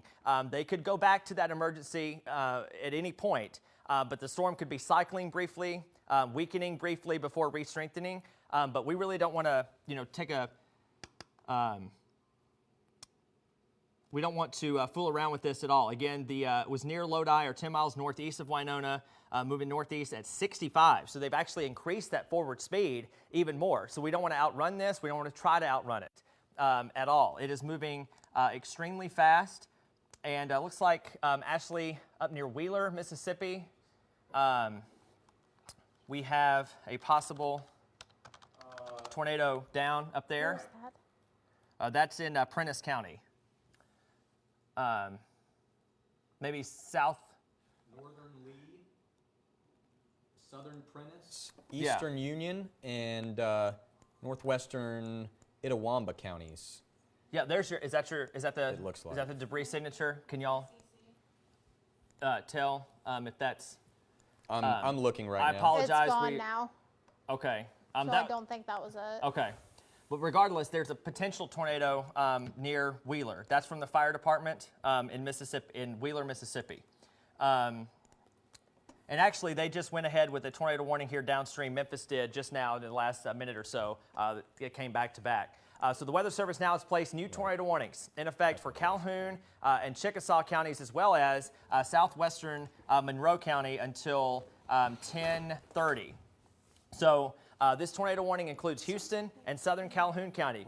We love to see the Weather Service being proactive with the dangerous storm that is what it is. Long lead times. Houston, you got 40 minutes probably to get to your safe place. Go there now. Don't fool around with it. Don't wait on it. Just wait it out. It is the best thing that you can possibly do. Down in portions of Calhoun County, we've got Calhoun City and Vardaman. So Highway 8 from Houston to Calhoun City. Tornado warning in effect for you. Sweet Potato Capital and Vardaman, tornado warning for you as well, even though the storm is still in Montgomery/Webster County. Again, large and extremely dangerous tornado near Lodi, moving northeast at 65 miles per hour. And notice that there is still that second circulation on the backside of Winona right there. Again, we don't know if that's producing a tornado at this point, but again, the city of Winona is still in a tornado warning. Okay, so we have to treat it that way.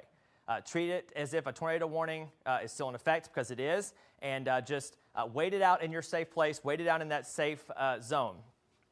This is a dangerous situation that we're going to continue to monitor very closely as the storm continues. Again, we're kind of bouncing between radar sources here. It's definitely a radar rain-wrapped tornado. And I just want to quickly visit to the north here, and we'll pitch it back to Ashley in the Weather Center, working 2 tornado warnings. This storm, Ashley, looks like multiple circulations coming into Lee County. Yes, that's exactly what's happening, Isaac. And you had me check on Wheeler. Right now, there's no sign of any rotation, or was there before Jackson and I finally found where Wheeler was on the map. So now we're watching 2 different areas, one to our north here. I'm going to go ahead and circle it for us so we can all see this. One to our north right here, another to our south just to the east of Fairfield.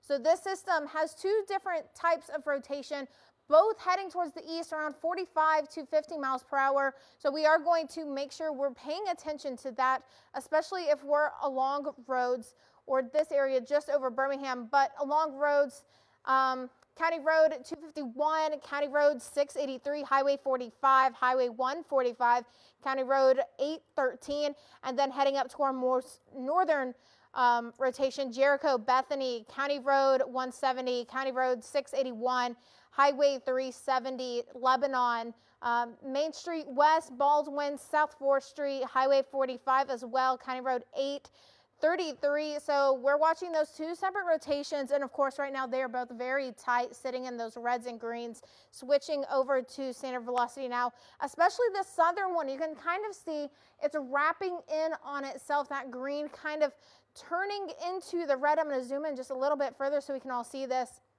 The green is taking this turn into the red while the red is beginning to work its way in, and that's going to show that wrapping rotation of the system as it continues to track off to the east. I do want to do 2 separate cell tracks, one for the northern area and one for the southern, as the system continues to push. Right now we're sitting right over Bethany, heading to the east around 45 miles per hour. So we're going to say Bethany right now, Baldwin 955, Pratt 959, Kirkville 1007, Marietta 1008, Hobo Station 1009, New Site 1013, East Prentice 1015, and Sandy Springs at 1016. Now to track the southern system, or the southern rotation, going out 45 miles an hour. Nice Acres 953, Guntown 956, Unity 1002, Ratliff 1004, Centerville 1007, Kirkville 1008, Ozark 1009, Marietta again 1011. So that's for that most southern system. So Marietta, I've said your name twice now, so make sure you're in your shelter regardless of which rotation you're watching. Hazeldale at 1016, and Sandy Springs, another name I've now mentioned twice, 1017 for the southern rotation. So I've said both Marietta and Sandy Springs now twice. So regardless of the rotation you're watching, or regardless of any of the names I've mentioned, you want to make sure you're within your safe shelter spot, your lowest floor, your most interior room, away from windows, away from doors. As the system is moving fairly fast, we're also seeing some fairly gusty winds with this system as well. And it's not the only system that we are watching across our viewing area. Of course, Isaac, Dylan, and Jackson have been very closely watching this system moving towards the northeast, now heading towards counties like Chickasaw and potentially Monroe County, which we're all very wary about with Monroe County coming up next. But I will send this over now to Jackson, who may have a little bit more information on the system that they're watching to our south here in just a second. Jackson, any thoughts or details that you're seeing on this system? Yes, thank you, Ashley. Actually, I do have a few notes here. So they've actually detected what looks like debris fallout to the north of that tornado track in northeast Montgomery and northwest Webster County. So this is basically just confirming what we've already seen. We had a pretty robust debris ball basically the entire track of this storm. So a very serious situation. Of course, they downgraded that from a tornado emergency to a considerable tag, but of course we're still keeping that. It doesn't change our wording, as Isaac said. Something else I will note is Isaac's been in communication with the National Weather Service in Jackson about that circulation just off to the south into the west of that main one that we've been tracking that moved through Winona. They said that they're going to keep that polygon in place for that circulation, but it's not posing, it's not giving that as much of that robust look that we're seeing. However, that again, a tornado can drop at any time with that system. We haven't seen it quite yet with that southwestern storm. Not saying it could not. So, folks, you need to take this, again, situation very, very seriously. This is not something where, oh, I'm in the all clear. The storm does not look as bad. You need to stay in your shelter. Stay in that safe place. Make sure, if you're not already in a safe place and you rode out that first storm, I would use this time that you have now to get into a safe place now and bring, you don't need to bring anything with you except yourself, your loved ones, and your family. And make sure that you are finding a place that you can ride out these storms. Because remember, folks, this is a multi-hour event. We got started a few hours ago, and we're still going with this. This tornado, that main one, has been on the ground for about 2 hours now, a very significant amount of time, and that rotation is still robust. It is still going, and they have that warning issued all the way out into Calhoun County, into Chickasaw County, and they have that considerable tag applied to it. So, folks, 2 rounds of storms making their way on through in a very robust circulation going on right now. In terms of, damage around the rest of the area, well, we actually just got a report of trees and power lines down Highway 51 just south of Winona, between Winona and Vaden. That's per the police department.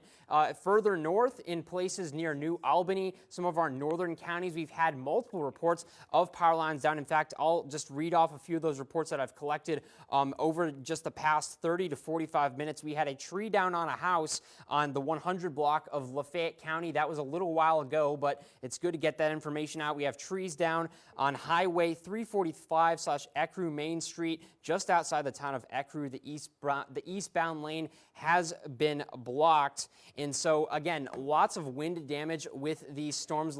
Even if it's not tornadic damage, we're getting straight line wind damage. Remember, folks, those severe thunderstorm warnings out to the north, those are, those were still in place, and those were causing a lot of damage as well. We've also noted hail spikes in a few of these storms, especially a little bit earlier. So lots of threats with many of these storms. Again, we're getting wording from the National Weather Service. Possible Clay County could be impacted later on by some of these storms. Not going for some of this wording, particularly at this point. And I believe Isaac has more at the weather wall. Isaac? Yeah. We're Ashley, everybody kind of watching everything. I want to touch on the northern storm. Once again, Guntown.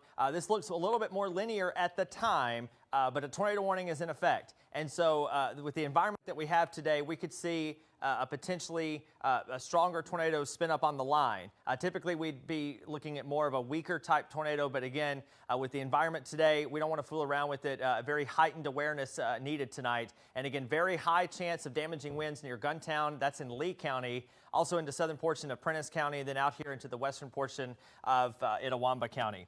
We're going to watch that closely. Obviously, of great concern here is down here in portions of Webster County. It looks like the storm potentially is cycling again, which means that it could potentially be re-strengthening again. And the velocity couplet certainly potentially suggests that there. So you've got Highway 9 coming out of Eupora up to Calhoun City, and Webster County right here east of Lodi. So again, the Weather Service, as Jackson mentioned, as a precautionary measure, keeping the tornado warning in effect for for Montgomery County for this weak circulation near Winona. Again, we know Winona has been potentially hit. We've got at least some varying degrees of damage there with trees and power lines down south of town. But Jackson's got some additional information on both of these storms, and we'll get him dialed up here in just a second. But right now, again, Webster County, lightning is increasing again, and that sometimes and oftentimes signals and the latest scan right there even looks a little bit stronger. Jackson, back to you at the desk. Yes, so we're watching those storms very, very closely. I wanted to butt in for just a second because we got a new tornado warning for Itawamba, Lee, Prentiss, and Tishomingo counties. That is until 10:45 p.m. tonight.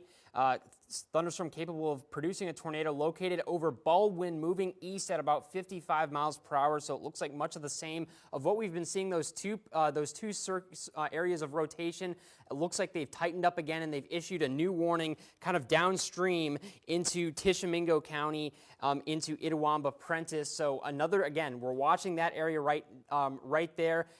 Dylan has been watching the storms to the south for quite some time, and it looks like some of those circulations, especially the main one, it's trying to cycle just a little bit. So we're going to be watching that circulation very, very closely for signs of strengthening. It's certainly possible the storm that's produced this tornado, very, very robust. So would not surprise us at all to see it kind of tighten up again and drop that tornado and continue with that circulation. But I just wanted to provide a quick update. New tornado warning up for far northeastern Mississippi. And I believe Isaac has an update at the wall. Isaac? Yeah, Jackson, appreciate it. And again, cycling that storm in Webster County, watching it extremely closely. Weather Service in Memphis continuing a tornado warning now, again, for Chickasaw and Calhoun counties. So again, we have multiple storms, multiple counties, multiple tornado warnings. Okay, so we're going to go back here and look again northwest of Eupora.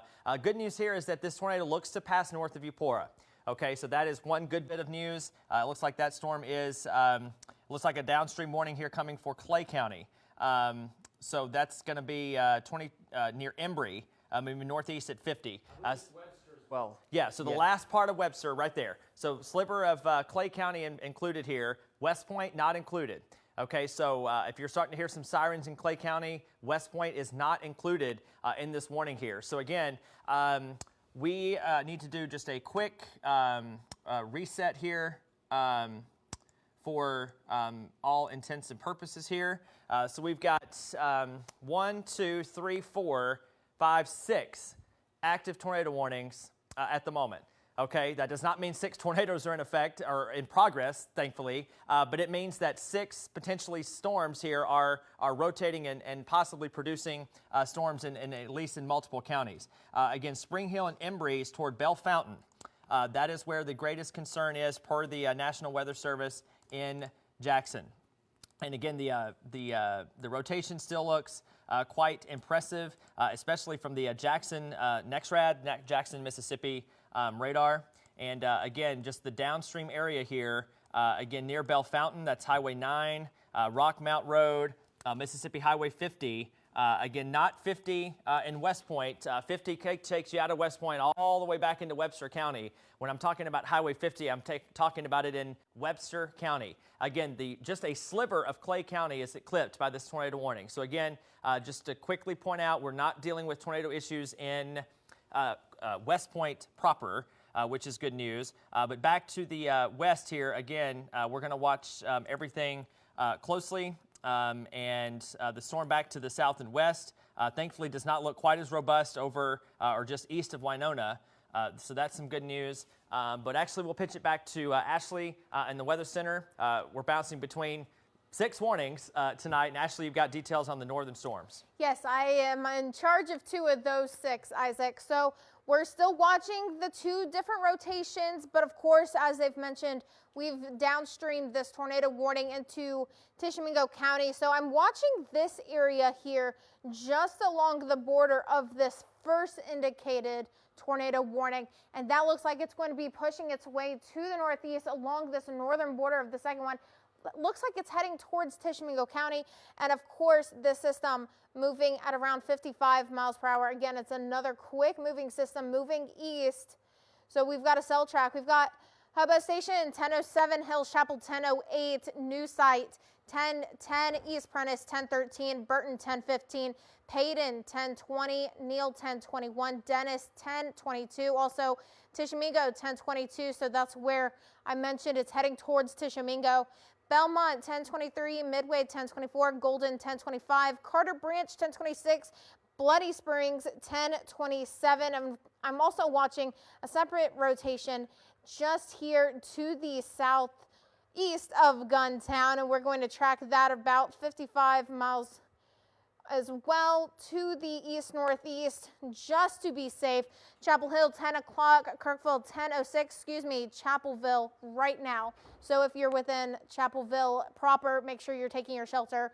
Kirkville 10:06, Ozark 10:07, Marietta 10:08, Hazeldale 10:12, Sandy Springs 10:13, East Prentice 10:15, Moores Mill 10:16, Dennis 10:24, Belmont 10:24, Golden 10:25, and Red Bay 10:27.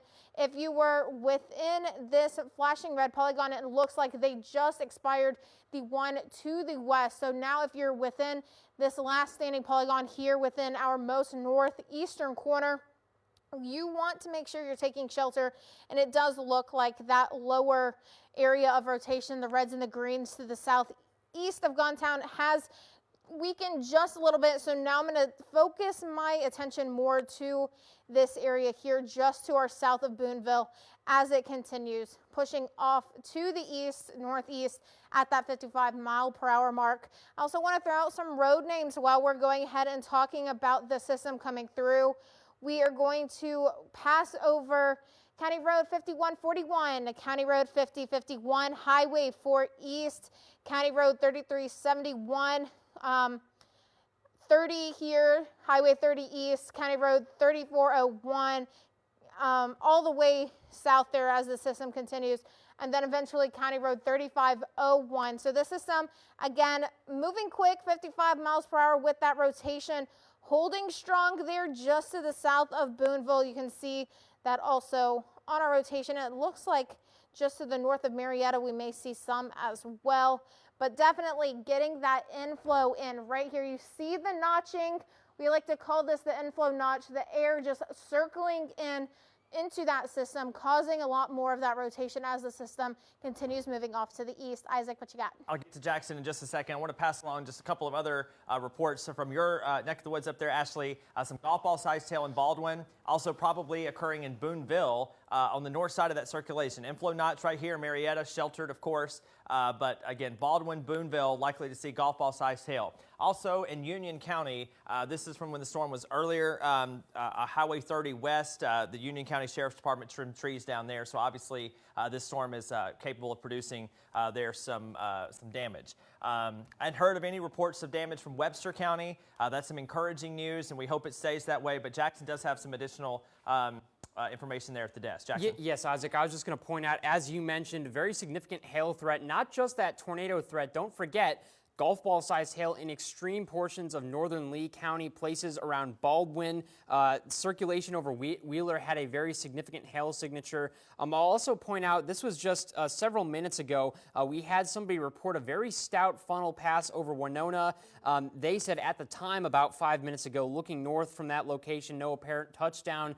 The National Weather Service we went back and looked at that. And one thing I'd point out is with these storms and these circulations, these are individualized kind of storm cell circulations. We also have a cold front that's going to make its way on through that main line with the cold front. Once it overtakes kind of these discrete cells right here, it's gonna mess with some of these circulations. So I think that's one thing that we're going to be kind of watching here as some of these circulations weaken. That line's going to kind of overtake them, and it's going to kind of kill off some of that circulation. Now that's not to say once that main line starts making its way on through, the main concern then becomes starting to see these embedded circulations. So these quick spin-ups, we've already seen a few of those, especially in the far northern reaches of our viewing area. Those will become the main concern, in addition to that straight line wind threat, in addition to the pronounced hail threat that we've been seeing as well. Remember, folks, 1.75-inch hail with that main cell that produced that tornado in the Delta. We're getting golf ball-sized hail in far northern reaches of Lee County and places around Baldwin. So hail threat very, very pronounced.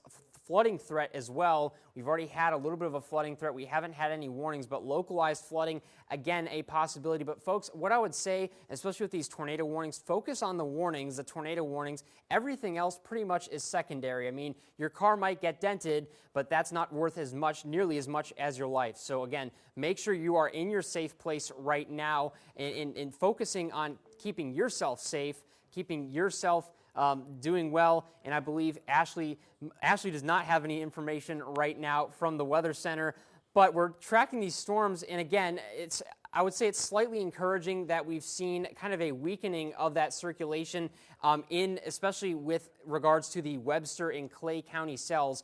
I'll also point out that they did end that warning in Carroll County. So folks, if you're in Carroll County, I would say you're in the clear at this point. We can give you the all clear now. If you're a little bit further east, Winona, Webster County, places like that, Calhoun County, Chickasaw County, you are not in the clear. You need to make sure you're in your safe place, because all these storms right now, they're making their way downstream. If they're not there yet, they will be eventually. And we're watching that circulation in Webster County for a re-strengthening of that circulation as it spins up or spins out. These things can drop tornadoes at any time. I'll also point out that, very thankfully, if you want to think about it that way, we don't have that extreme or considerable tag with our tornado warnings now. It is just I don't know if there's anything ordinary about a tornado warning, but they've given it that kind of your run-of-the-mill tornado warning tag, and I believe Isaac has some information at the wall. Isaac? Yeah, Jackson, that's a good point. We've experienced all three tiers of tornado warnings, and something that we haven't experienced yet, at least in my time here, is that emergency that we had in Winona. We don't have one right now, but we have three levels of tornado warnings: that base level, the confirmed, and the emergency. And as Jackson mentioned, right now we're at the base level. Having said that, if we want to get Dylan here in just a second, John, the storm seems to be recycling just a little bit. So we're going to let Dylan talk about that here in just a second. The storm seems to be in a recycling stage. And Dylan, you've been kind of watching it a little more closely. I've been kind of watching a lot of things over here. We'll pitch it over to you at the desk, right, so that you can take us in for a closer look here. A lot going on. This storm that produced the tornado in Winona and even back in the Delta, it's still going strong. We've still got the tornado warnings. And as you can see with these red and green colors, the circulation does appear to be recycling. And when we say recycling, we mean that it was strong, then it weakened, and now it's starting to tighten back up again and may be in the process of strengthening and possibly producing another tornado. So right now it's over, the new circulation right here, these red and greens, has just crossed over Mississippi Highway 9, just north of Eupora. So it's still in eastern Webster County. Soon we'll be moving through the rest of Webster County, eventually into Clay County. Remember, northwestern Clay County, you're in a tornado warning for this storm, so that's good news. You've had heads up here for the past 30 minutes or so. But it does appear that right over Mississippi Highway 9, where the reds are showing up on our shear rate product, this is where the circulation may be re-strengthening and is going to continue moving off toward eventually Mississippi Highway 15 there in far eastern Webster County, the Natchez Trace Parkway, 389 there in Webster County. So this storm is long tracked. It's been dangerous. It's produced damage. And we can't rule it out, really. Honestly, it just won't go away. The environment continues to be favorable to support these long-lived storms. And soon this one's going to continue to track through Webster County and eventually into northern Clay County. So I think, Isaac, we're seeing some signs of redevelopment here. The circulation is starting to become more organized near Wathall, Bell Fountain, Monte Vista, and Fame. They're in central and eastern Webster counties. The good news is all north of Eupora. But if you're north of Eupora, we need you in your tornado safe place. We have tornado warnings extending for parts of Calhoun County, Chickasaw County, including Vardaman, Calhoun City, Houston, and as well parts of far eastern Webster County, the Natchez Trace Parkway, Highway 389, there in northern Clay County. So this storm's not done yet. I hate to say it, but it's not done yet. It's been destructive, long-lived, and there's no reason why it should stop now. We're starting to see it recycle, and we want to let you know that we're watching this rotation closely. We could have another tornado touchdown here in a little bit. We'll be keeping a close eye on it. Isaac? Appreciate it, Dylan. Yeah, kind of looking a little bit more at a classic type look to the storm. We've got the lightning core, the hail core, and on the back side, as Dylan was mentioning, we potentially could have a boundary weak echo region trying to form there as well, north and east of Eupora. And so again, far northeastern Webster County, southern portions of Chickasaw County, and far northwestern Clay County. Again, this storm continues to look like it, again, might be re-strengthening, trying to cycle up just a bit, and certainly a cause for concern. Again, you pointed out the shear rate, and definitely has actually gotten a little bit stronger there near Love Road and Mantee Road, Denny, Silvers, Gilbert Hill Road, all in the northeastern portion here of Webster County. Now, the county line right here, so that's Calhoun and that's Chickasaw. It looks like the main cause for this recycling storm is going to be mainly a Chickasaw County problem rather than a Calhoun City problem and a Calhoun County problem.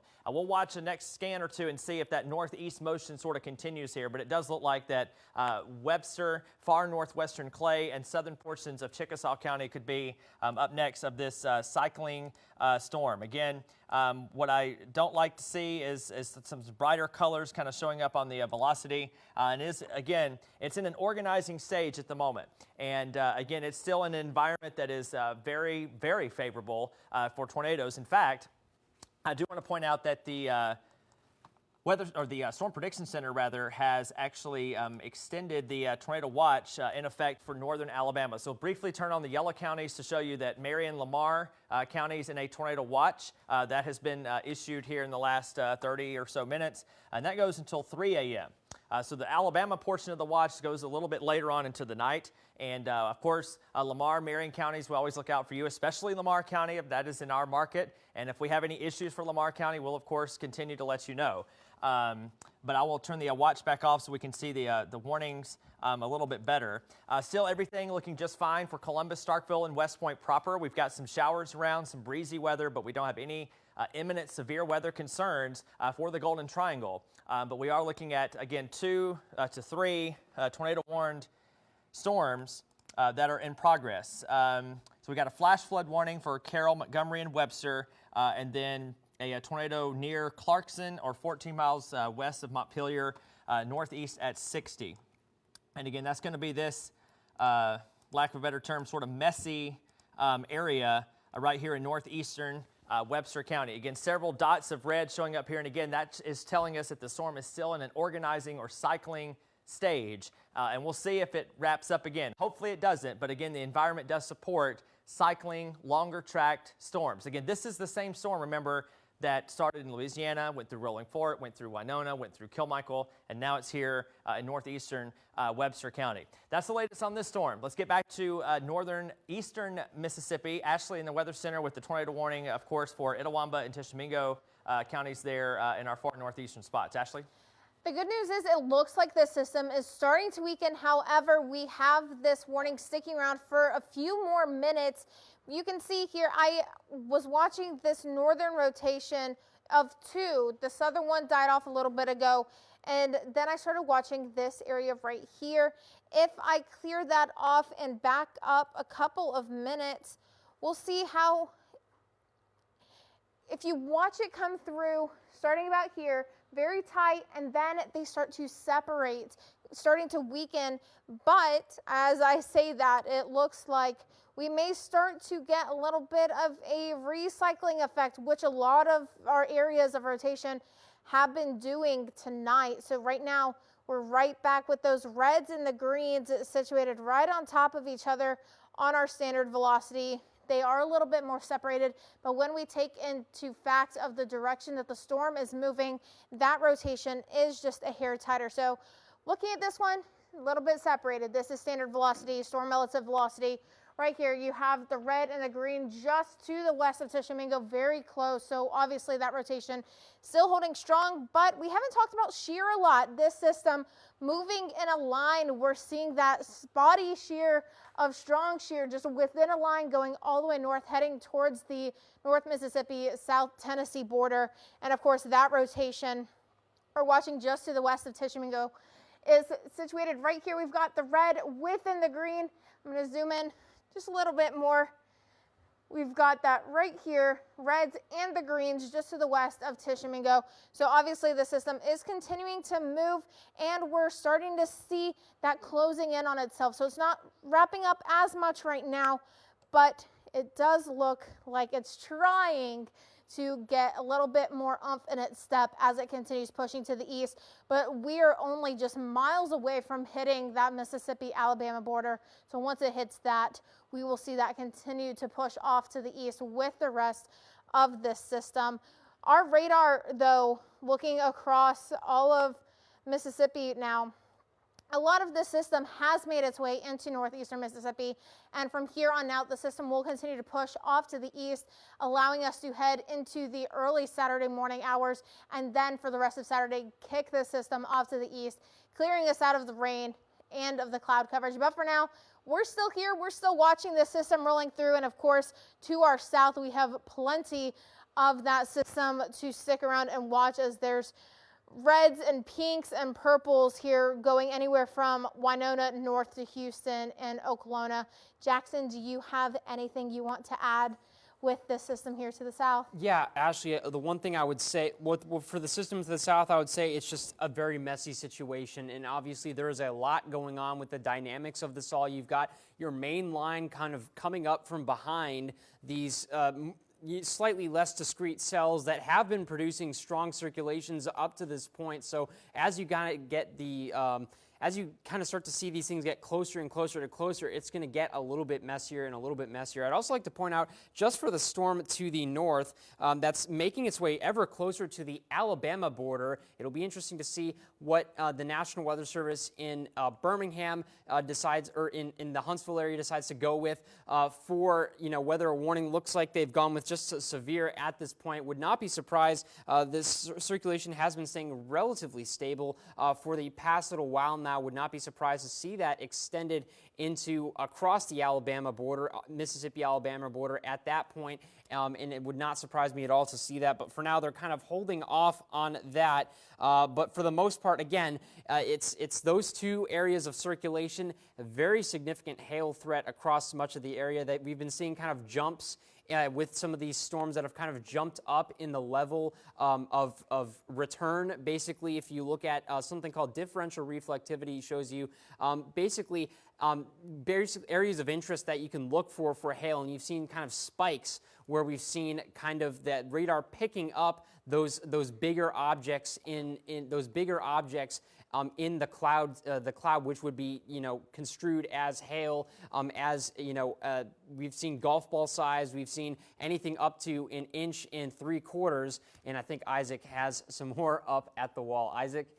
Appreciate it, Jackson. Again, just want to pass along one good bit of news. Calhoun County is being cleared from the tornado warning. It appears Memphis is saying they're going to clear the warning there. So that's some good news.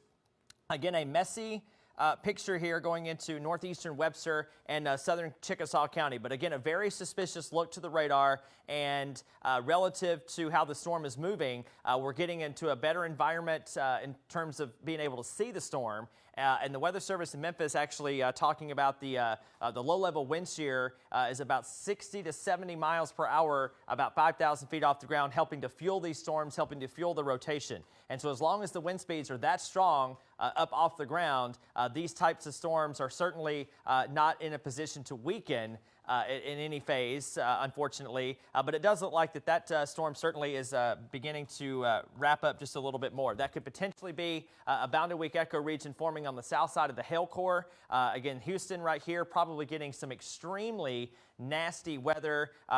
Huge lightning core here, lots and lots of cloud ground lightning in addition to the large hail. We know that storm is electric, charge separation happening in the cloud, telling us that there's high potential for large hail, in addition to the chance for a possible tornado. Again, this is south of the city of Houston. The tornado part of the storm is south of the city of Houston, but it's moving northeast. Okolona, you are not in any warning just yet, but chances are, as long as the storm looks like that, you could potentially have to deal with that in a matter of moments.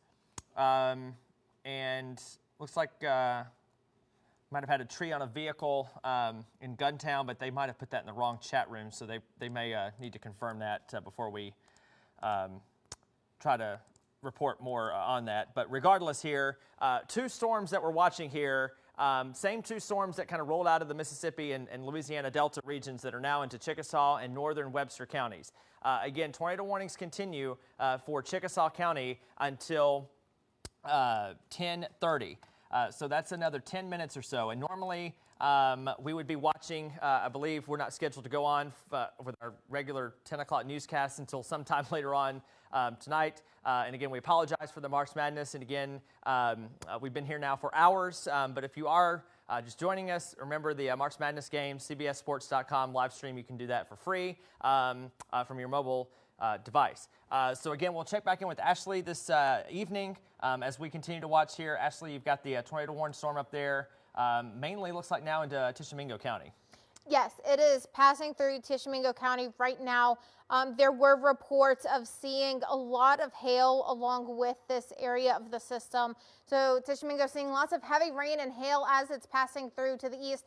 This line of the system within the Tishomingo County, it's about 8 miles away from hitting that Mississippi-Alabama border. So as Jackson said, once it gets a little bit closer to the border, it'll be fun to see where the next National Weather Service office takes that line of the system, if they'll extend it to just be a severe thunderstorm warning or if they will continue that tornado warning along with it. Other than that, velocity still kind of there with the reds and greens. Does look a little bit lighter. Okay, so Isaac just said that Huntsville here did take this area of rotation up to the northeast, heading towards the North Alabama border. So they have decided to continue that system on, which is a good thought, seeing that rotation still fairly tight there on velocity, and of course on our storm relative velocity, which takes the storm path into consideration. You can definitely see that here, passing just to the north of Tishomingo. Very bright reds and greens right here, and of course this line, again, about 8 miles away from the border. You can see it's holding on to that shear as well within those bright reds and the bright greens here just between Tishomingo and Midway, heading towards Owlsboro. We are also going to see this system pass along roads like County Road 144 and eventually Owlsboro Road in between Owlsboro and Malone City there in western Alabama. And then we'll continue to see it heading towards this road here just in between Limekiln and Mount Hester. This system is taking its time but still moving fairly fast, moving to the east around 45 to 50 miles an hour. And I'm going to take that up to the northeast along with this cell track that the Huntsville station has drawn out. And of course, this is off to our west, and the rest of Tishomingo County is ours, and then it'll move off to the east. But places like Owlsboro and Malone at 1028, Limekiln at 1034, Mount Hester 1035, Cherokee 1039, Georgetown at 1044, and the rest of that there continues off to our east and northeast. So we really won't have to worry too much about that area as we head over the next couple of minutes. Again, the system still about probably about less than 8 miles away from that border now, getting ready to pass into northwestern Alabama. And as we continue to watch, we're definitely seeing this bowing effect that we like to call it, along with the rest of the line there extending to the south and southwest. You can see it there just taking its slanted slope heading down towards Guntown and Saltillo. There is going to be a lot of wind associated with that bowing area of the system. And of course, with the shear rate, along with that same bowing effect, the system is moving and it's going to be picking up speed with those winds. So the wind threat is definitely there if the tornado threat is not. Isaac, what you got on your system you're watching? Down to the south, Ashley, again, lots of nasty weather, severe storms with damaging wind potential, but I am not seeing anything imminently concerning for tornadoes, which is good.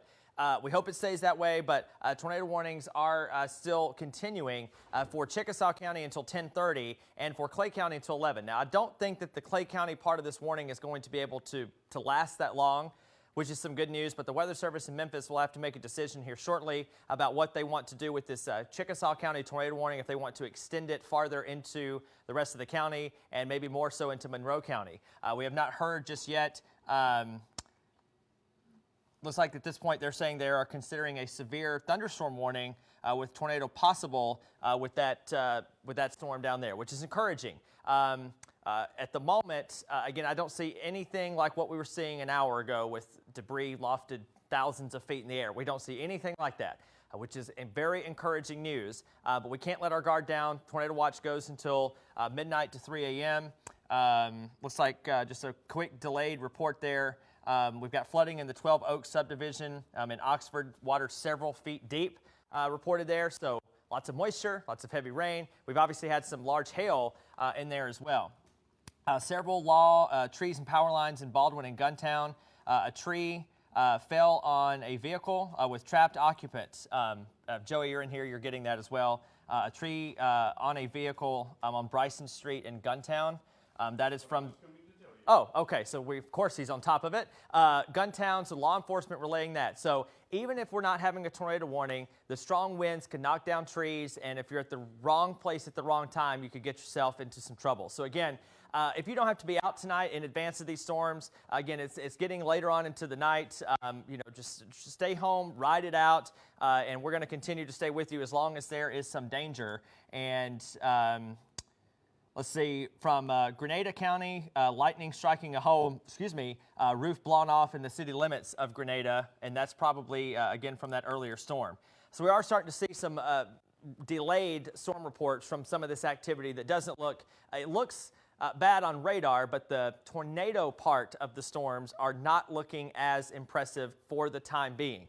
We always like to relay some good news, and if anything changes, of course, we'll let you know. But again, I'm not seeing anything super menacing in terms of rotation. But obviously, the weather extremely nasty in Houston and Chickasaw County, about to move toward Okolona.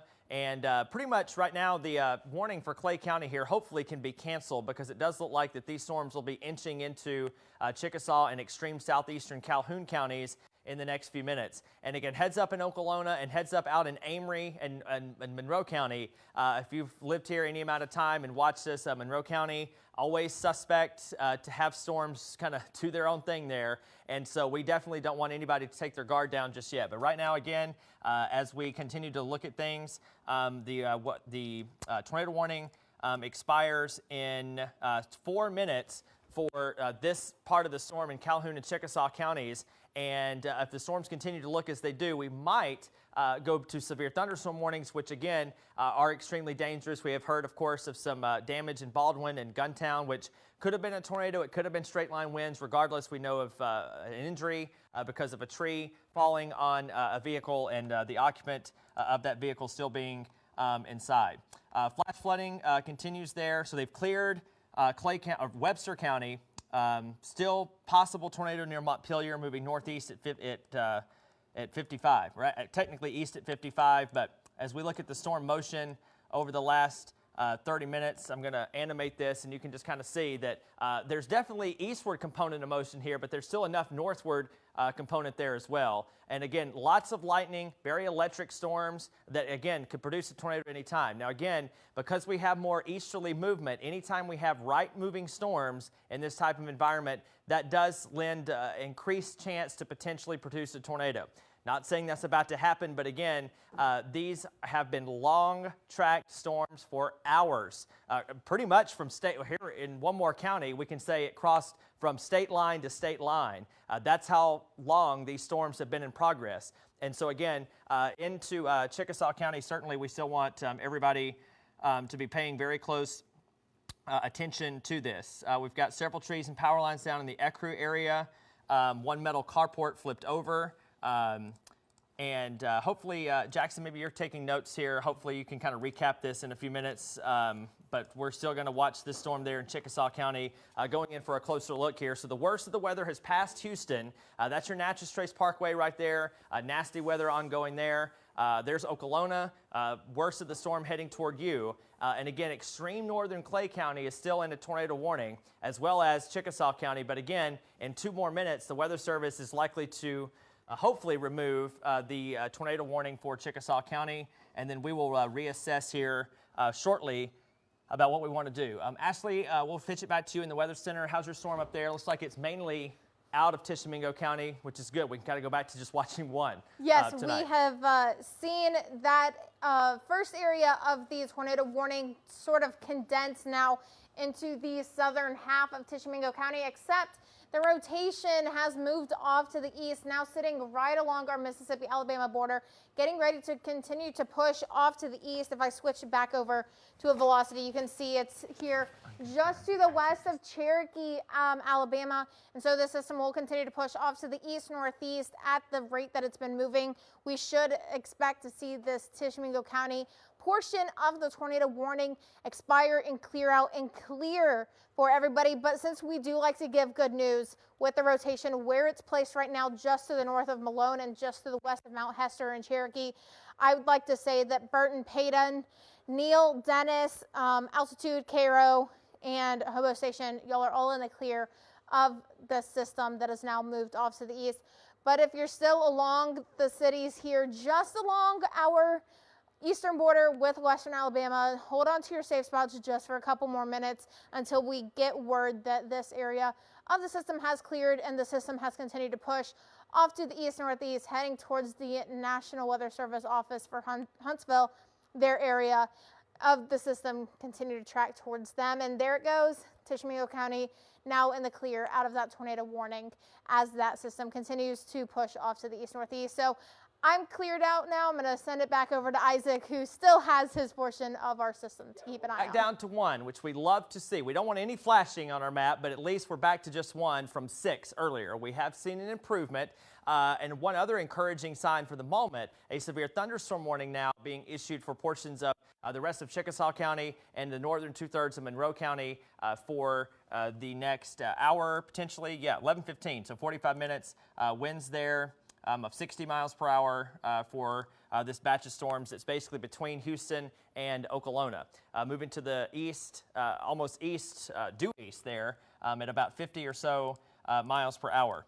I don't see any potential rotation in Clay County right now, but definitely the storm in areas east of Houston certainly looks like it might be trying to wrap back up again. Anytime, again, we see right-turning storms, we got to be extra mindful of things here as the environment is still capable of producing a tornado. And again, we always get leery here of Monroe County as storms enter the county. We're going to watch everything closely. Jackson, you've got some additional information potentially on storm reports. Yeah, Isaac, I've been tracking these storm reports basically for the last 30 minutes or so, and I just wanted to quickly recap kind of what we've seen. Lots of damage reports while we're kind of in a lull right here. We've got possible tornado damage, about 1.3 miles south of Winona. That report is of a pine tree that has been blown down. We also have lightning that has been reported to have struck a home in the southern portion of Grenada and a roof blown off in the city limits of Grenada. So some more wind damage, lightning damage there. No surprise with how much lightning we've seen with these storms. Road flooding on Highway 336 in Thaxton. Several trees and power lines down in the Ecru area, and a metal carport, Isaac mentioned that earlier, completely flipped due to the wind. Wind damage on Highway 149, similar to trees uprooted and snapped or a roof blown off. A building that has been likely reported as tornado damage from what we've seen. We also have a report of flooding of Highway 336 in Thaxton once again, so flooding and wind damage right there. Golf ball sized hail reported in Baldwin, Mississippi. And then we also have a report of the downtown area of Baldwin actually being heavily flooded. This is according to the fire chief. And again, folks, remember, just because the tornado threat is gone, we've had a slew of flash flood warnings that have been issued for much of the viewing area as these storms kind of continue to hammer over and over some of these same places that have been rocked by rain, that have been rocked by hail, that have been rocked by winds, and in some cases, very, very sadly, tornadoes. So it's a multitude of threats that we're dealing with right here, and I expect, again, more reports of flooding. We actually just got another one from, it's about 1 mile north of Baldwin in Prentiss County, the downtown area of Baldwin. Again, another report that it's heavily flooded, so not looking good if you're in Baldwin right now. I would avoid the city center, absolutely. You shouldn't be driving out on the roads anyways. You do not know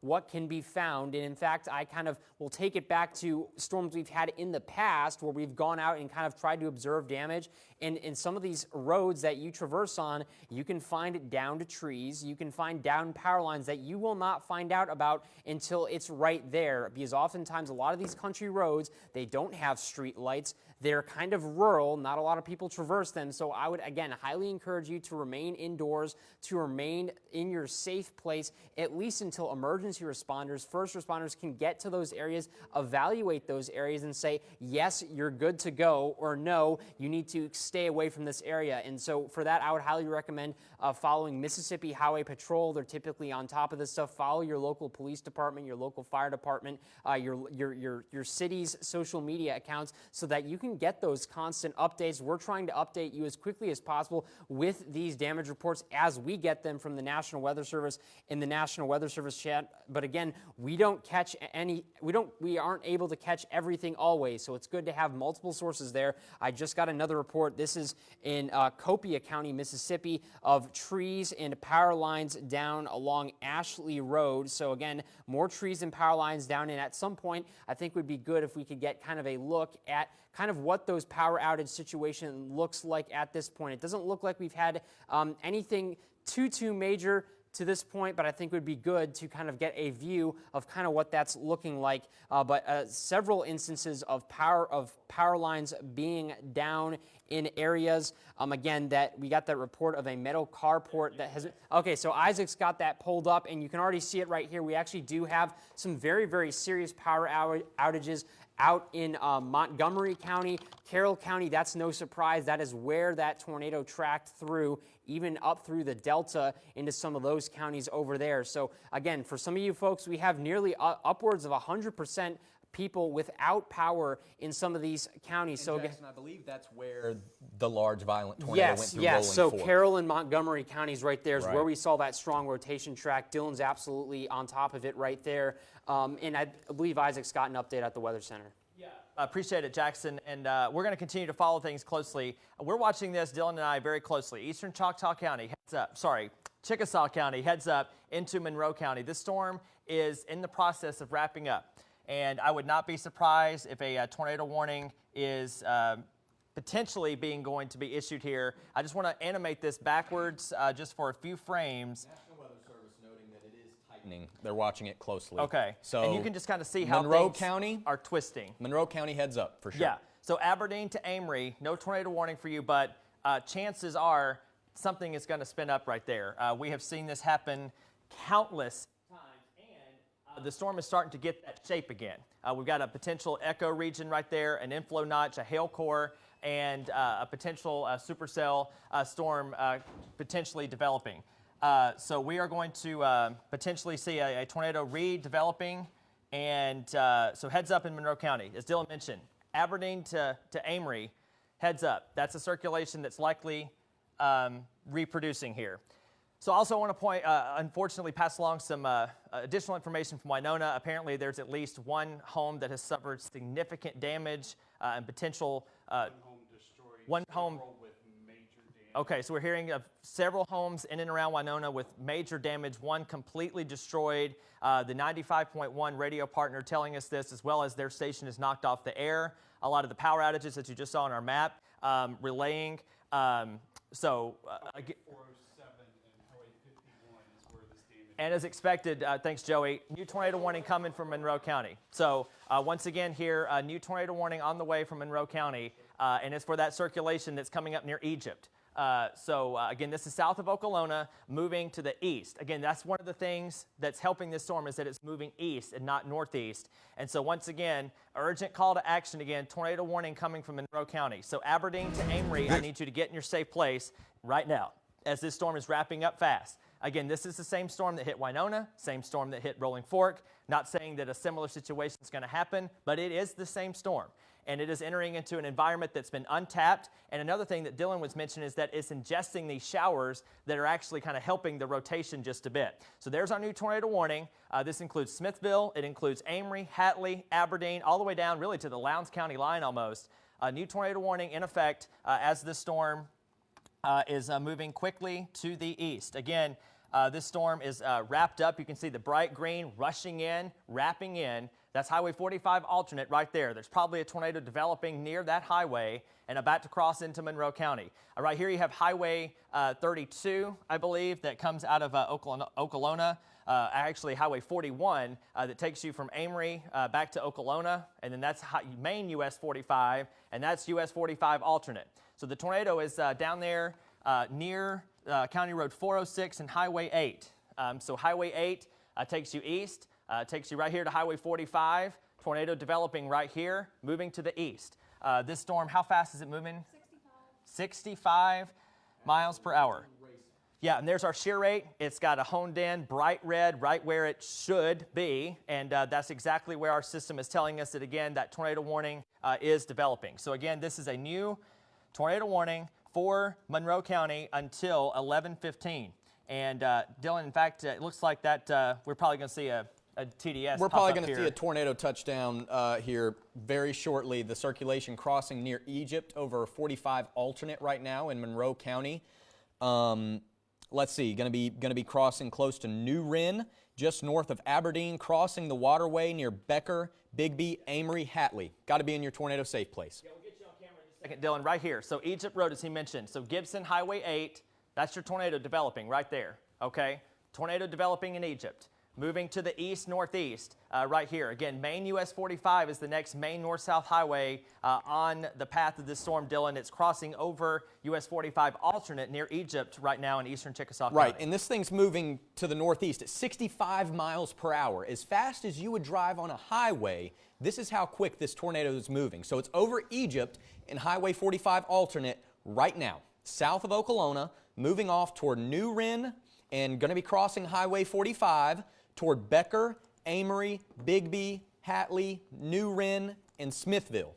Those locations, Monroe County, Mississippi. You have to be in your tornado safe place right now. This is a strong rotational signature.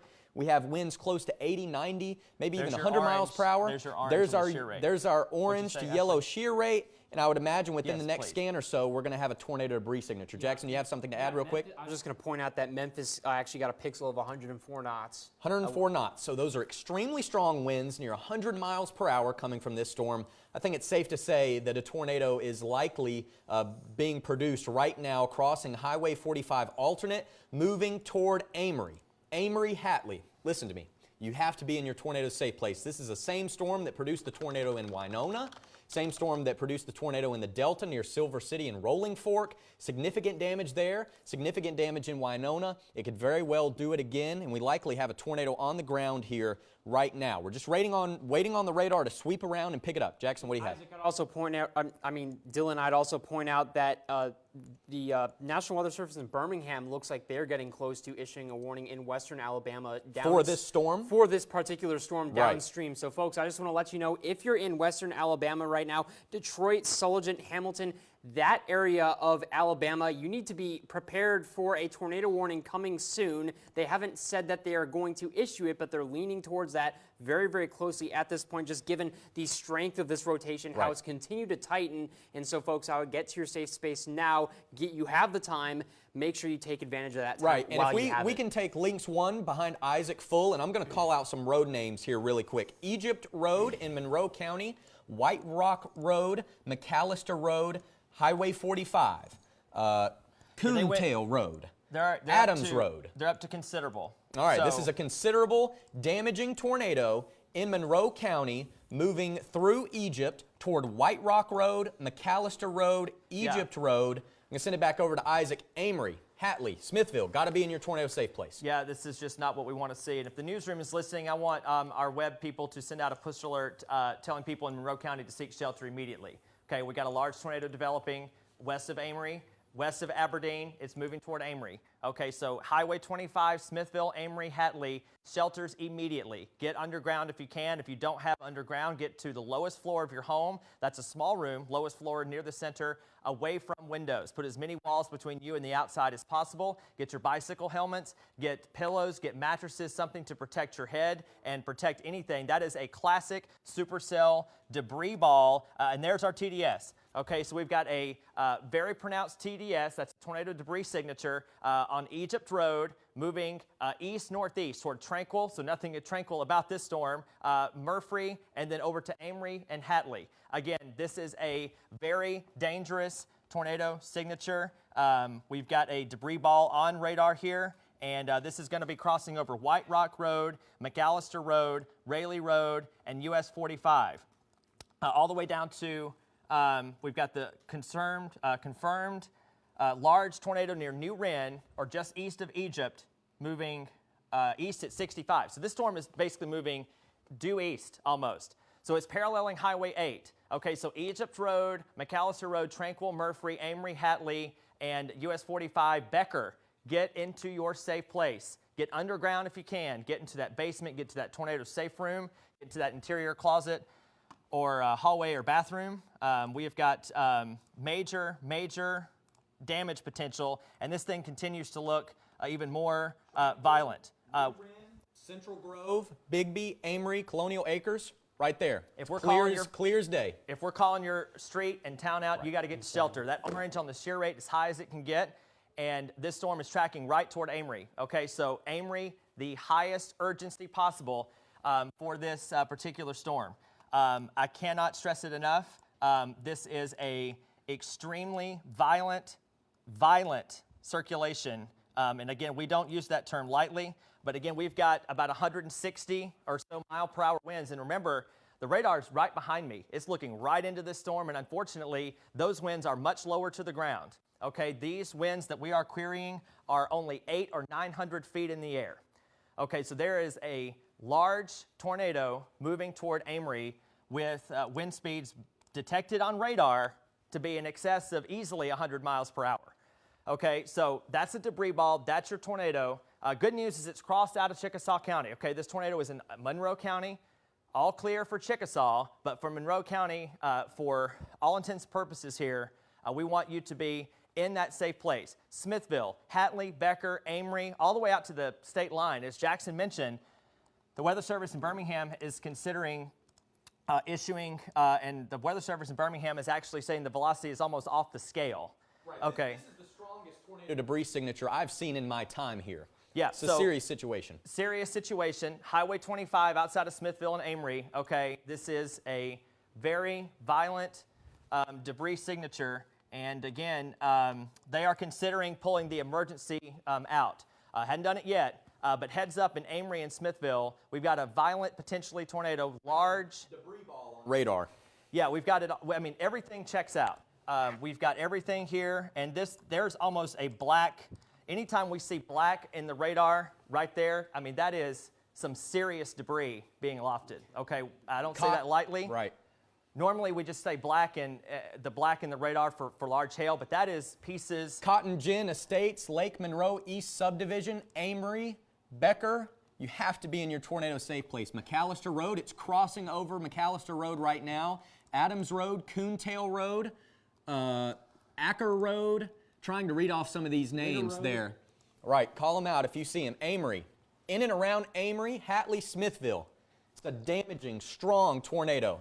Yeah, we just simply cannot stress the urgency in this. If you're watching us in Amory and potentially about to head to that safe place at the last minute, make sure that you have your pillows, your mattresses, helmets, bicycle helmets, batting helmets for the adults, for the kids. Shelter yourself in place, lowest floor, near the center, away from windows. This is a dangerous, violent storm that is moving across Monroe County. Again, the Weather Service is considering going tornado emergency here for Amory. They have not issued it yet, but regardless, with a situation like that, it is a extremely dangerous situation. So Smithville, Amory, Hatley, Becker, all of the smaller communities, and it's still there. It is still there. It is a very violent signature.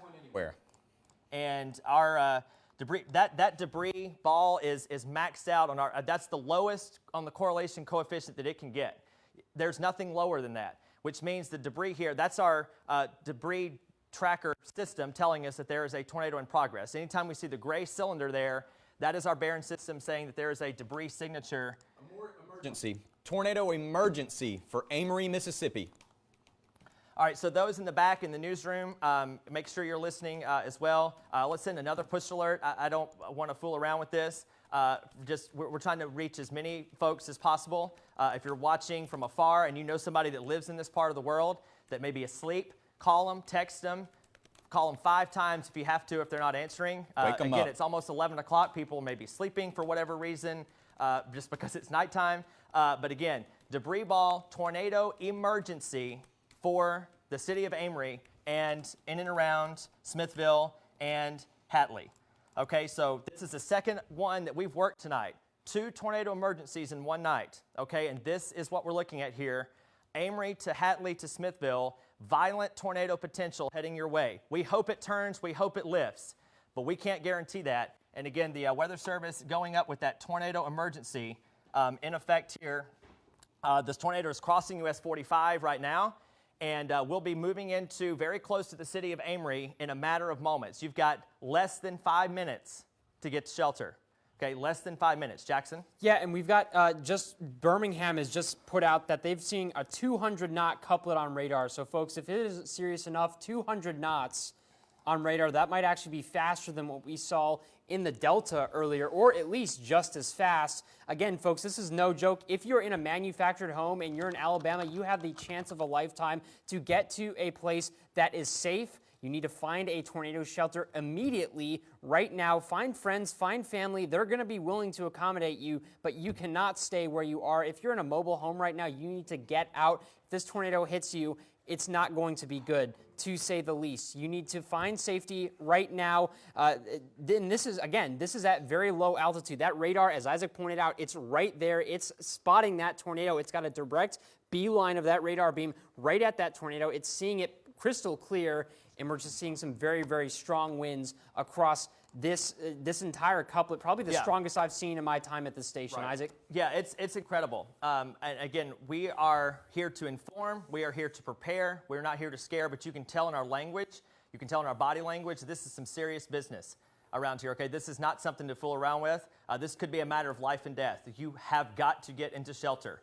Okay, tornado emergency from Monroe County. We're talking Amory, Smithville, Hatley. A violent tornado is pressing down on you right now. We got a warning coming for western Alabama from Birmingham. Also, heads up, Detroit and Sulligent. Tornado warnings coming for you as well. This system is wrapped back up, and again, that velocity signature is something like I have never seen working here. I mean, I'm truly blown away. I'm almost speechless. This is one of the strongest tornadic signatures I've ever seen in my life, and I cannot stress, we cannot stress as a whole, we're begging you, pleading you, please.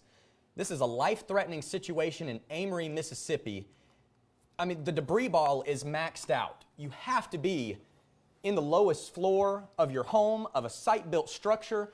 Do what you have to do. This is life or death. You have to protect your life. Forget the property. This thing is coming right up into...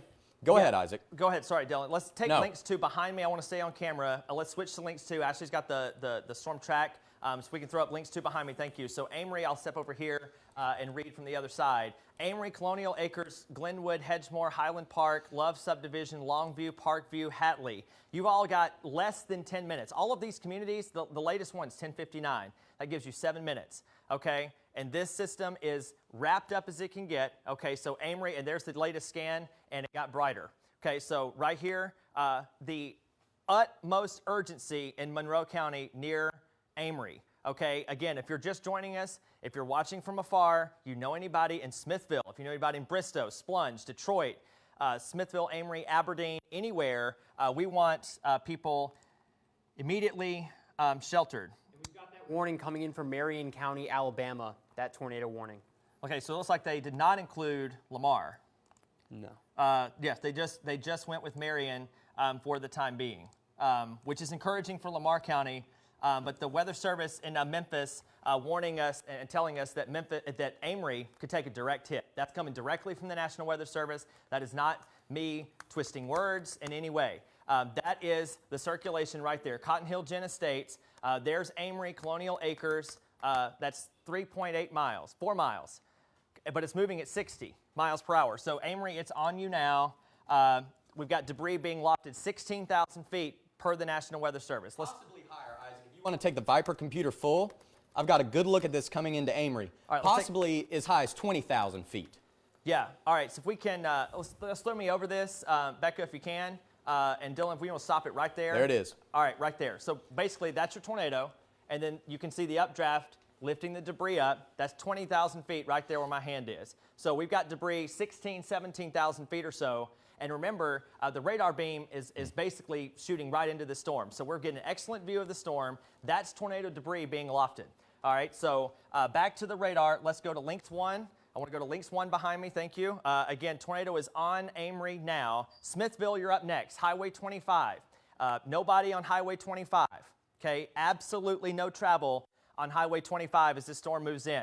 Again, the Air Force Base's radar is right here, looking right into the storm. It's moving east-northeast. Okay, so the good news is that Aberdeen, technically you're in the warning. This storm is passing north of you. Okay, so I do want to clarify that this is a northern Monroe County storm, not including Aberdeen. So if you live in Aberdeen, you do not need to be in tornado shelter. I know you're in a warning, but the tornado is going to Amory. There's no possibility about this. Is right there. It looks like it's going to cross the waterway, cross 278, and go right through the east side of Amory. I mean, our shear rate is maxed out right here as well. We've got the S shape, we've got the orange colors, we've got the gray, and look, it went right over Amory, right there. All right, so tornado is probably over or just past Amory, moving to Smithville. Smithville, you got just a few more minutes. All right, so Smithville, highest urgency possible. Again, this is a tornado emergency for northeastern Monroe County. And again, we had a tornado Dylan, a month or two ago come not even a month ago. But right this is not the same caliber tornado. Absolutely not. This one will not tear up a couple trees. This is big deal, life-changing, historic tornado stuff right here. Yeah, this is it. I mean, we've got likely a large tornado coming right through Amory. It looks like you said, Bigby, Dinky Road, Highway 6. So downstream people, Flynn and Smithville, up Highway 25, got the marina right here. That's your tornado debris signature moving right up Highway 25. This thing is paralleling, probably on Highway 25 or very close to it. And it's going to be crossing up here toward Smithville. And it does not look like it's weakening. All right, so Smithville, you need to be sheltered. Lowest floor, near the center, smallest room, interior closet, hallway, bathroom. Get your bicycle helmets, get your batting helmets, get your hard-sole shoes, get anything to protect every part of your body, feet to head, with this storm as it approaches. That is a massive debris signature. It is a massive debris ball. We're seeing 150-mile-per-hour winds on the radar. And the newest scan here continues to show a violent debris signature continuing to move right up Highway 25. Right up the waterway. And straight towards Smithville. And we're ingesting some rain here, but the tornado's still there, okay? It's passed over Amory. All right, tornado's past Amory. It's moving right into Smithville, right in through there. And so this is right on Highway 25.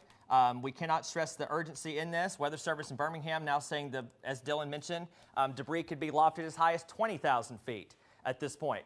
And so, again, when we get tornadoes lofting debris that high, it is typically, we don't want to speculate intensity, but stronger type tornadoes are the ones that lift debris that high. Again, we're not going to sit here and assign a rating because the Weather Service will do that with storm surveys later. But we just know from experience and from research that tornadoes that lift debris 20,000 feet typically are rated on the stronger side. And that's all we're going to say about that. I don't want to speculate it anymore. I want to continue to focus on keeping people safe downstream of this warning, and that's what we're going to do. Again, a tornado emergency for Smithville, for Hatley, and anywhere in between, Flynn, Smithville Road, Faulkner Road, Fears Road, Parham Store Road, Filtrell Road, Turon. So Turon, we got Itawamba County up here. Don't want to forget about you.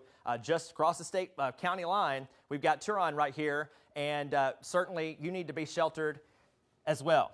Pecan Road, Caldwell Road, any of these areas around the marina, Highway 25, right here, a potentially massive, large tornado has come through or very close to Amory. We hope downtown missed a direct hit, but it looked very close. All right, it looked very, very close, and it's going to be running right up the chute there, right up Highway 25 into Smithville. Highway 25 toward Flynn and into Smithville, toward the marina.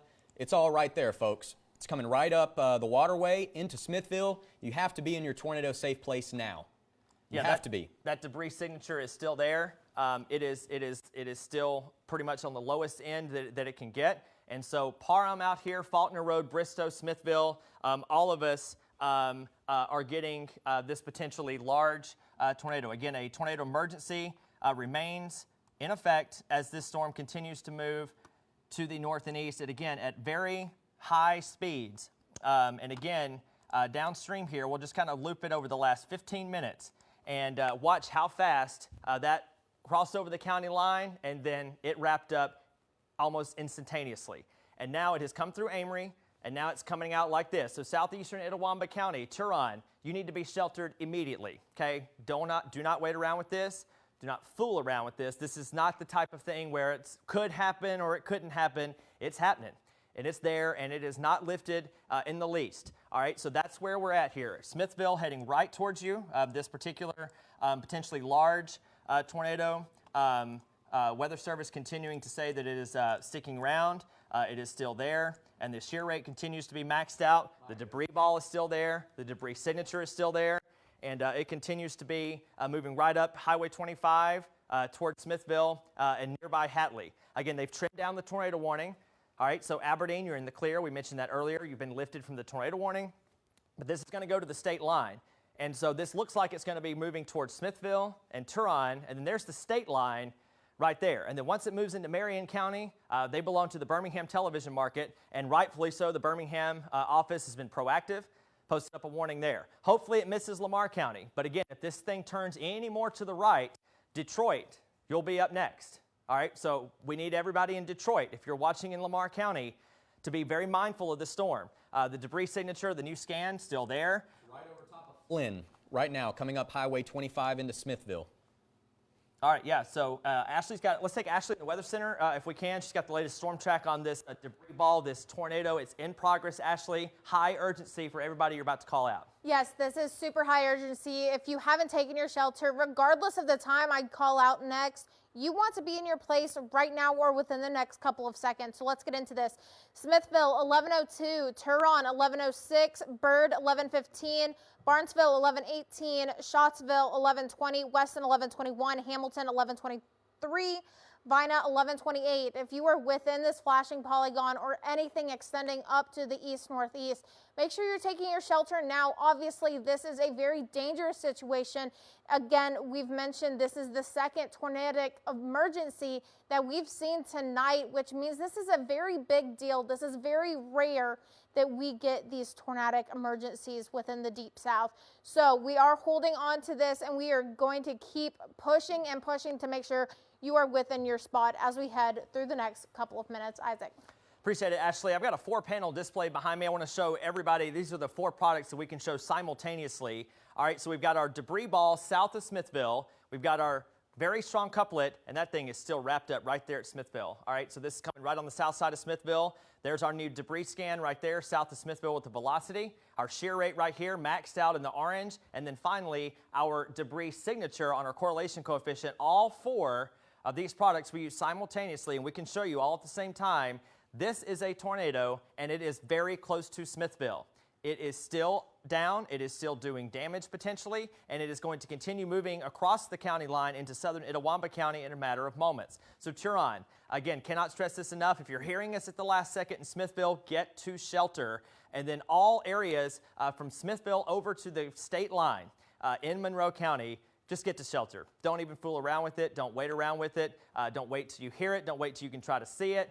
Yes, there's lightning, but this tornado is rain-wrapped. It's at night. You have no chance of seeing it. I do want to just show that 4-panel display that we can have the ability to show here. But again, Wright Road, this is in Monroe County, Highway 23, Pierce Chapel Road, all the way out here to Stafford, Turon, Highway 23.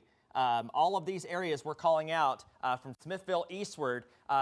Again, huge urgency here, and our news department is passing along a few on May Avenue. I'm assuming this is in Amory.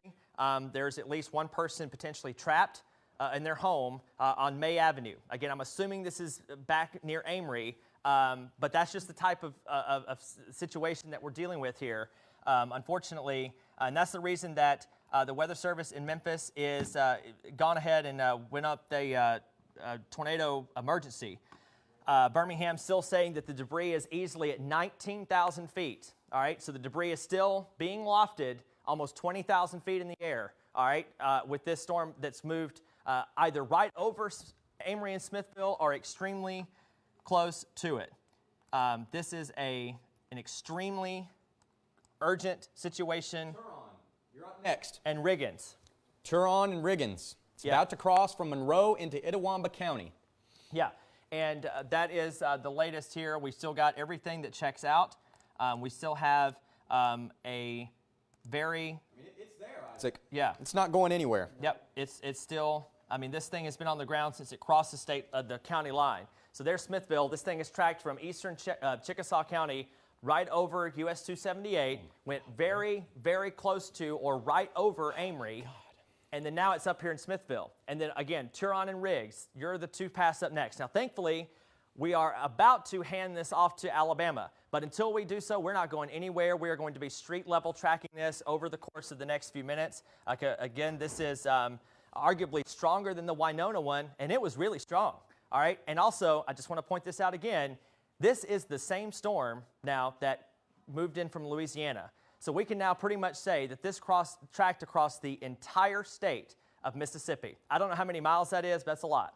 And it's actually started in Louisiana. And so that's what we're watching here. Debris ball is east of Smithville. Turon is here. Riggs is here. Again, that Pierce Chapel Road area, right in through here. Again, if you're hearing us at the last second, get to shelter. Jackson? Yeah, Isaac, I just wanted to that the National Weather Service in Birmingham just carried out messaging that if we continue to see that strength of signature, which we do, because it's been that way for the past 30 to 45 minutes, expect for them to issue a tornado emergency as well in Alabama. So, folks, again, if you're out there in Alabama and you're watching this right now, you have all the time in the world. Do not waste that time. Get to your shelter now. You do not want to be leaving last minute. At that point, it's pretty much too late if it stays at the strength that it is. So, folks, this tornado, it's not going anywhere. It's stayed strong forever. It's been on the ground forever. It doesn't look like it's weakening at any point soon. So, again, if you're in Alabama, we have some more counties and cities in Mississippi that are under the gun, and we're going to hand that off to Alabama once it gets there. But if you're in Alabama and you're getting this message, take shelter now, because specifically Marion County. Specifically Marion County. That's where the warning's moving into. It's just a tornado warning right now with a considerable tag. It could be upgraded to an emergency tag if this signature continues to remain at the strength that it is, which we expect it to continue to do so, because the winds have been insanely strong, unbelievable. Isaac has said it, Dylan has said it. It's just been unbelievable. I really don't have any much more to say about this event other than you need to take this seriously. This is your life. This is what this is. This is your life, and you need to make a decision about getting to shelter right now so that you can preserve that life, because nothing else matters at this point. Nothing else matters. Nothing in the world. Forget about your house. This is a moment with Jackson and I here. This is a serious situation, and we're praying for the people in Amory, Absolutely. Smithville, getting reports in. Hopefully everyone is safe. We know damage has been done, but this tornado is still on the ground. It's in Itawamba County, and it's moving over Turon right now. I'm going to pitch it back over to Isaac on the wall. We look like we have some new developments with this storm and the debris signature. Still rotating and still have signs that it's on the ground, but possibly seeing some trends. Debris Jackson? ball has been on the ground for about 20 minutes at this point. Right. Yeah, just to and note. it seems like forever, but this storm has covered a lot of real estate in those 20 minutes. Now, thankfully, as Dylan mentioned, positive trends, the blue and the gray have diminished out of this signature. However, I'm pretty sure that's a tornado that's still on the ground, still in progress in Turon. It's just not quite as intense, potentially, as what we were seeing earlier. Again, the debris ball is not looking quite as maxed out, but our shear rate still showing orange. You never want to see orange, really never want to see red. So Turon definitely in the thick of it, and it's going to be moving east-northeast toward the state line. Circulation has broadened just a bit, which is encouraging, and that is certainly some encouraging news. Again, you see what it is now. Obviously, it's still rotating, all right, but if we back that up just 15 minutes or so, it's not even close to what it was even between Amory and Smithville. So signs are encouraging just a little bit in that we are seeing the storm maybe spin down just a smidge. But again, we're going to take it all the way to the state line, all right, and we're going to continue to track this. Again, it's pretty much on the county line here. Monroe, Itawamba, Turon is where this tornado is. It's moving east at about 60 miles per hour, so it's booking it to the now east at, again, 60 or so miles per hour. Tornado, again, might be occluding just a bit, which is good. That means it's weakening in weather talk. But again, we want everybody just sheltered here in the last few minutes here of Itawamba County. And I'll let Ashley take it here for a second, too. Again, we still got that debris signature, though it's not as pronounced as it once was. Yes, before we were seeing that deep blue, the deep purple within the signature of the debris ball. As Isaac mentioned, we have started to see that debris ball slowly, very slowly weaken and broaden with its rotation, now passing just to the east of Tehran, continuing to push up towards the east-northeast, heading into the Birmingham area. The rotation he mentioned weakening, it's still there. We say weakening very lightly in this moment as the system continues to push off to the east-northeast. Like we've seen all night, it has every possibility of starting to recycle and redevelop as it heads towards that Mississippi-Alabama line. Here, this is the look at the storm relative velocity, taking into consideration the direction that storm is moving, and here's standard velocity. Still a very tight gradient, though we say lightly that it is weakening. We are going to continue to watch this radar fill in and across northeast Mississippi. Plenty of heavy rain across our counties and in our viewing area, still extending south just to the north of Jackson, all the way to our northeastern corner and further into northwestern Alabama. Of course, just this area right here flashing in the purple and pink, that's our main area of concern as we head through the next couple of minutes. This warning is holding on until 11:15, so that's 5 more minutes. So we hope within this next 5 minutes that the system dies off before crossing into western Alabama, before allowing itself to recycle and redevelop. That signature of the rotation still holding fairly strong with those bright reds and bright greens. Shear is holding strong as well. Not as much orange and yellow within this, but we are still seeing plenty of that bright green and bright red for a weaker system. So if this were to redevelop, it could easily drop an EF1 if it decided to redevelop and continue to push forward. Looking at that debris ball once again starting to fall apart. Now we're starting to see a little bit of a separation of that debris ball as things start to die down. This was a very formed circle of the darkest blues, the dark purples. Now we're starting to see this area split apart, more of the yellows, less of the greens, as the system continues to head towards the Mississippi-Alabama line. And of course, we're only about 3.5 to 4 miles away from the line, so it's only going to be a matter of minutes before this system crosses the state line. We are going to see just continued coverage until it makes its way out. I'm going to go ahead and do a cell track up by about 50 to 55 miles an hour just for some of our leftover counties. Scottsville 1124, Wetson at 1125, Atwood 1136, Pig Eye at 1136, Hodges at 1137, Hackleburg 1141. That's for a lot of the cities heading towards western Alabama into the Birmingham viewing area. Of course, again, just a couple more minutes. We're holding on to this system of rotation as it's continuing to lighten up. You can see here we've kind of separated that red from the green area here to our east of Tehran, just inching our way closer and closer to that state border. Jackson, do you have anything you want to add about this system? Yeah, I would just point out that National Weather Service in Memphis has stated that they're going to extend that considerable tag for the warning that's about to expire. Obviously, we're tracking this storm as it makes its way to the Alabama border. Once it crosses over, we'll hand it over to those meteorologists out there covering Alabama. But I would once again reiterate, this is a very serious situation. It is still a dangerous situation, even as it approaches the Mississippi border. This system, while it has broadened up, the circulation has weakened just a little bit. I think we can all agree, cycling, as we've seen pretty much for the past hundreds of miles or 100 or so miles that this whole system and whatnot has traveled, certainly a possibility here. We'll keep track of that as we get through, again, the next 15, 30 minutes and watch for re-strengthening. But it's very important that you take this situation seriously because, again, it's not over. It's still going. As long as that circulation exists, as long as that storm remains in that favorable boundary and environment, it's going to be able to re-strengthen, re-tighten up, and potentially drop another tornado as we get through the next several, minutes and then into the next 15, 30 minutes. And of course, folks, our prayers are out for those folks in Amory in Smithville who have been impacted by this tornado. And of course, we're getting all the information we can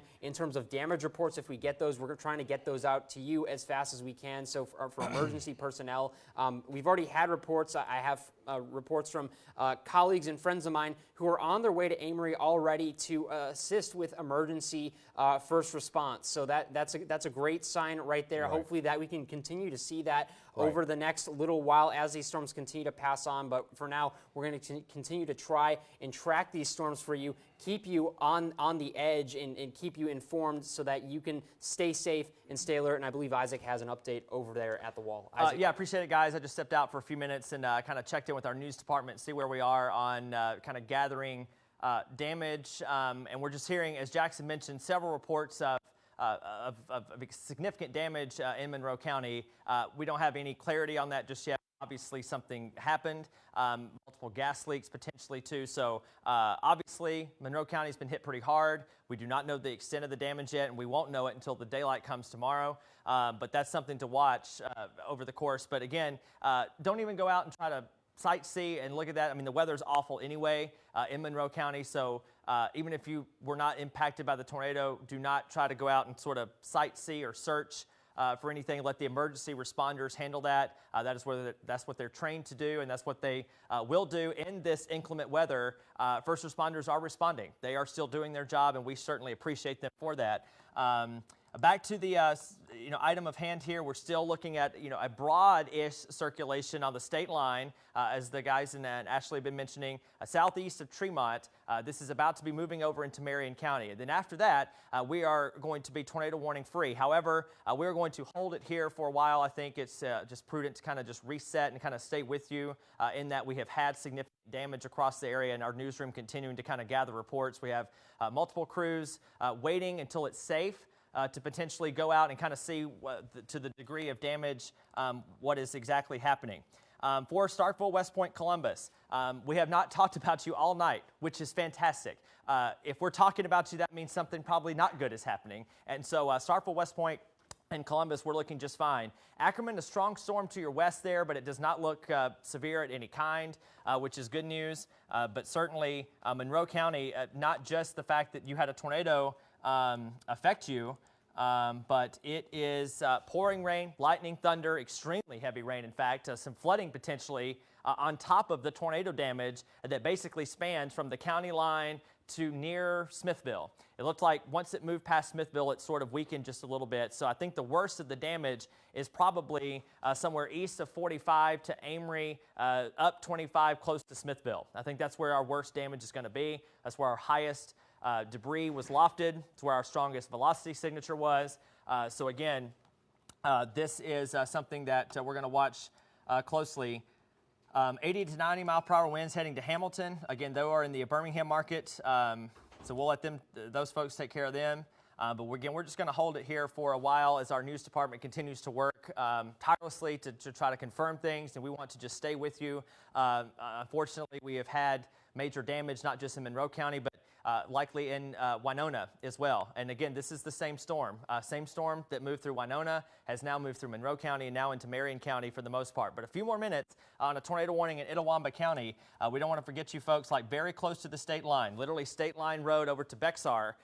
This is going to be crossing over into Monroe County, Marion County in just a matter of moments. In fact, the main circulation is, in just a few more seconds here, we can give you the all clear in Itawamba County, which is some encouraging news. And then again, back to the big view, and we'll kind of bring this out to a 45-minute animation.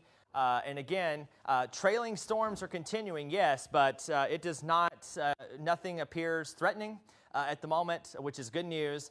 We do need a kind of chance to process everything, to kind of quiet things down just a bit. And hopefully, we have seen the last of the tornado warnings tonight. But again, we can't guarantee it. It's something that we're going to continue to very closely watch. The environment today we knew was potentially dangerous, and we're certainly seeing that rear its head just a bit.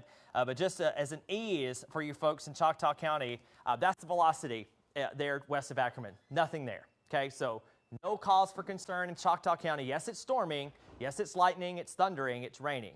but it is not severe and it is not producing a tornado out there, so that storm is good. And again, just based on everything I've seen just in the last little bit here, I am cautiously optimistic that we're done with the major tornado threat for tonight. But again, until we can give you the all clear, which we always like to do, we're going to continue to stay here with you.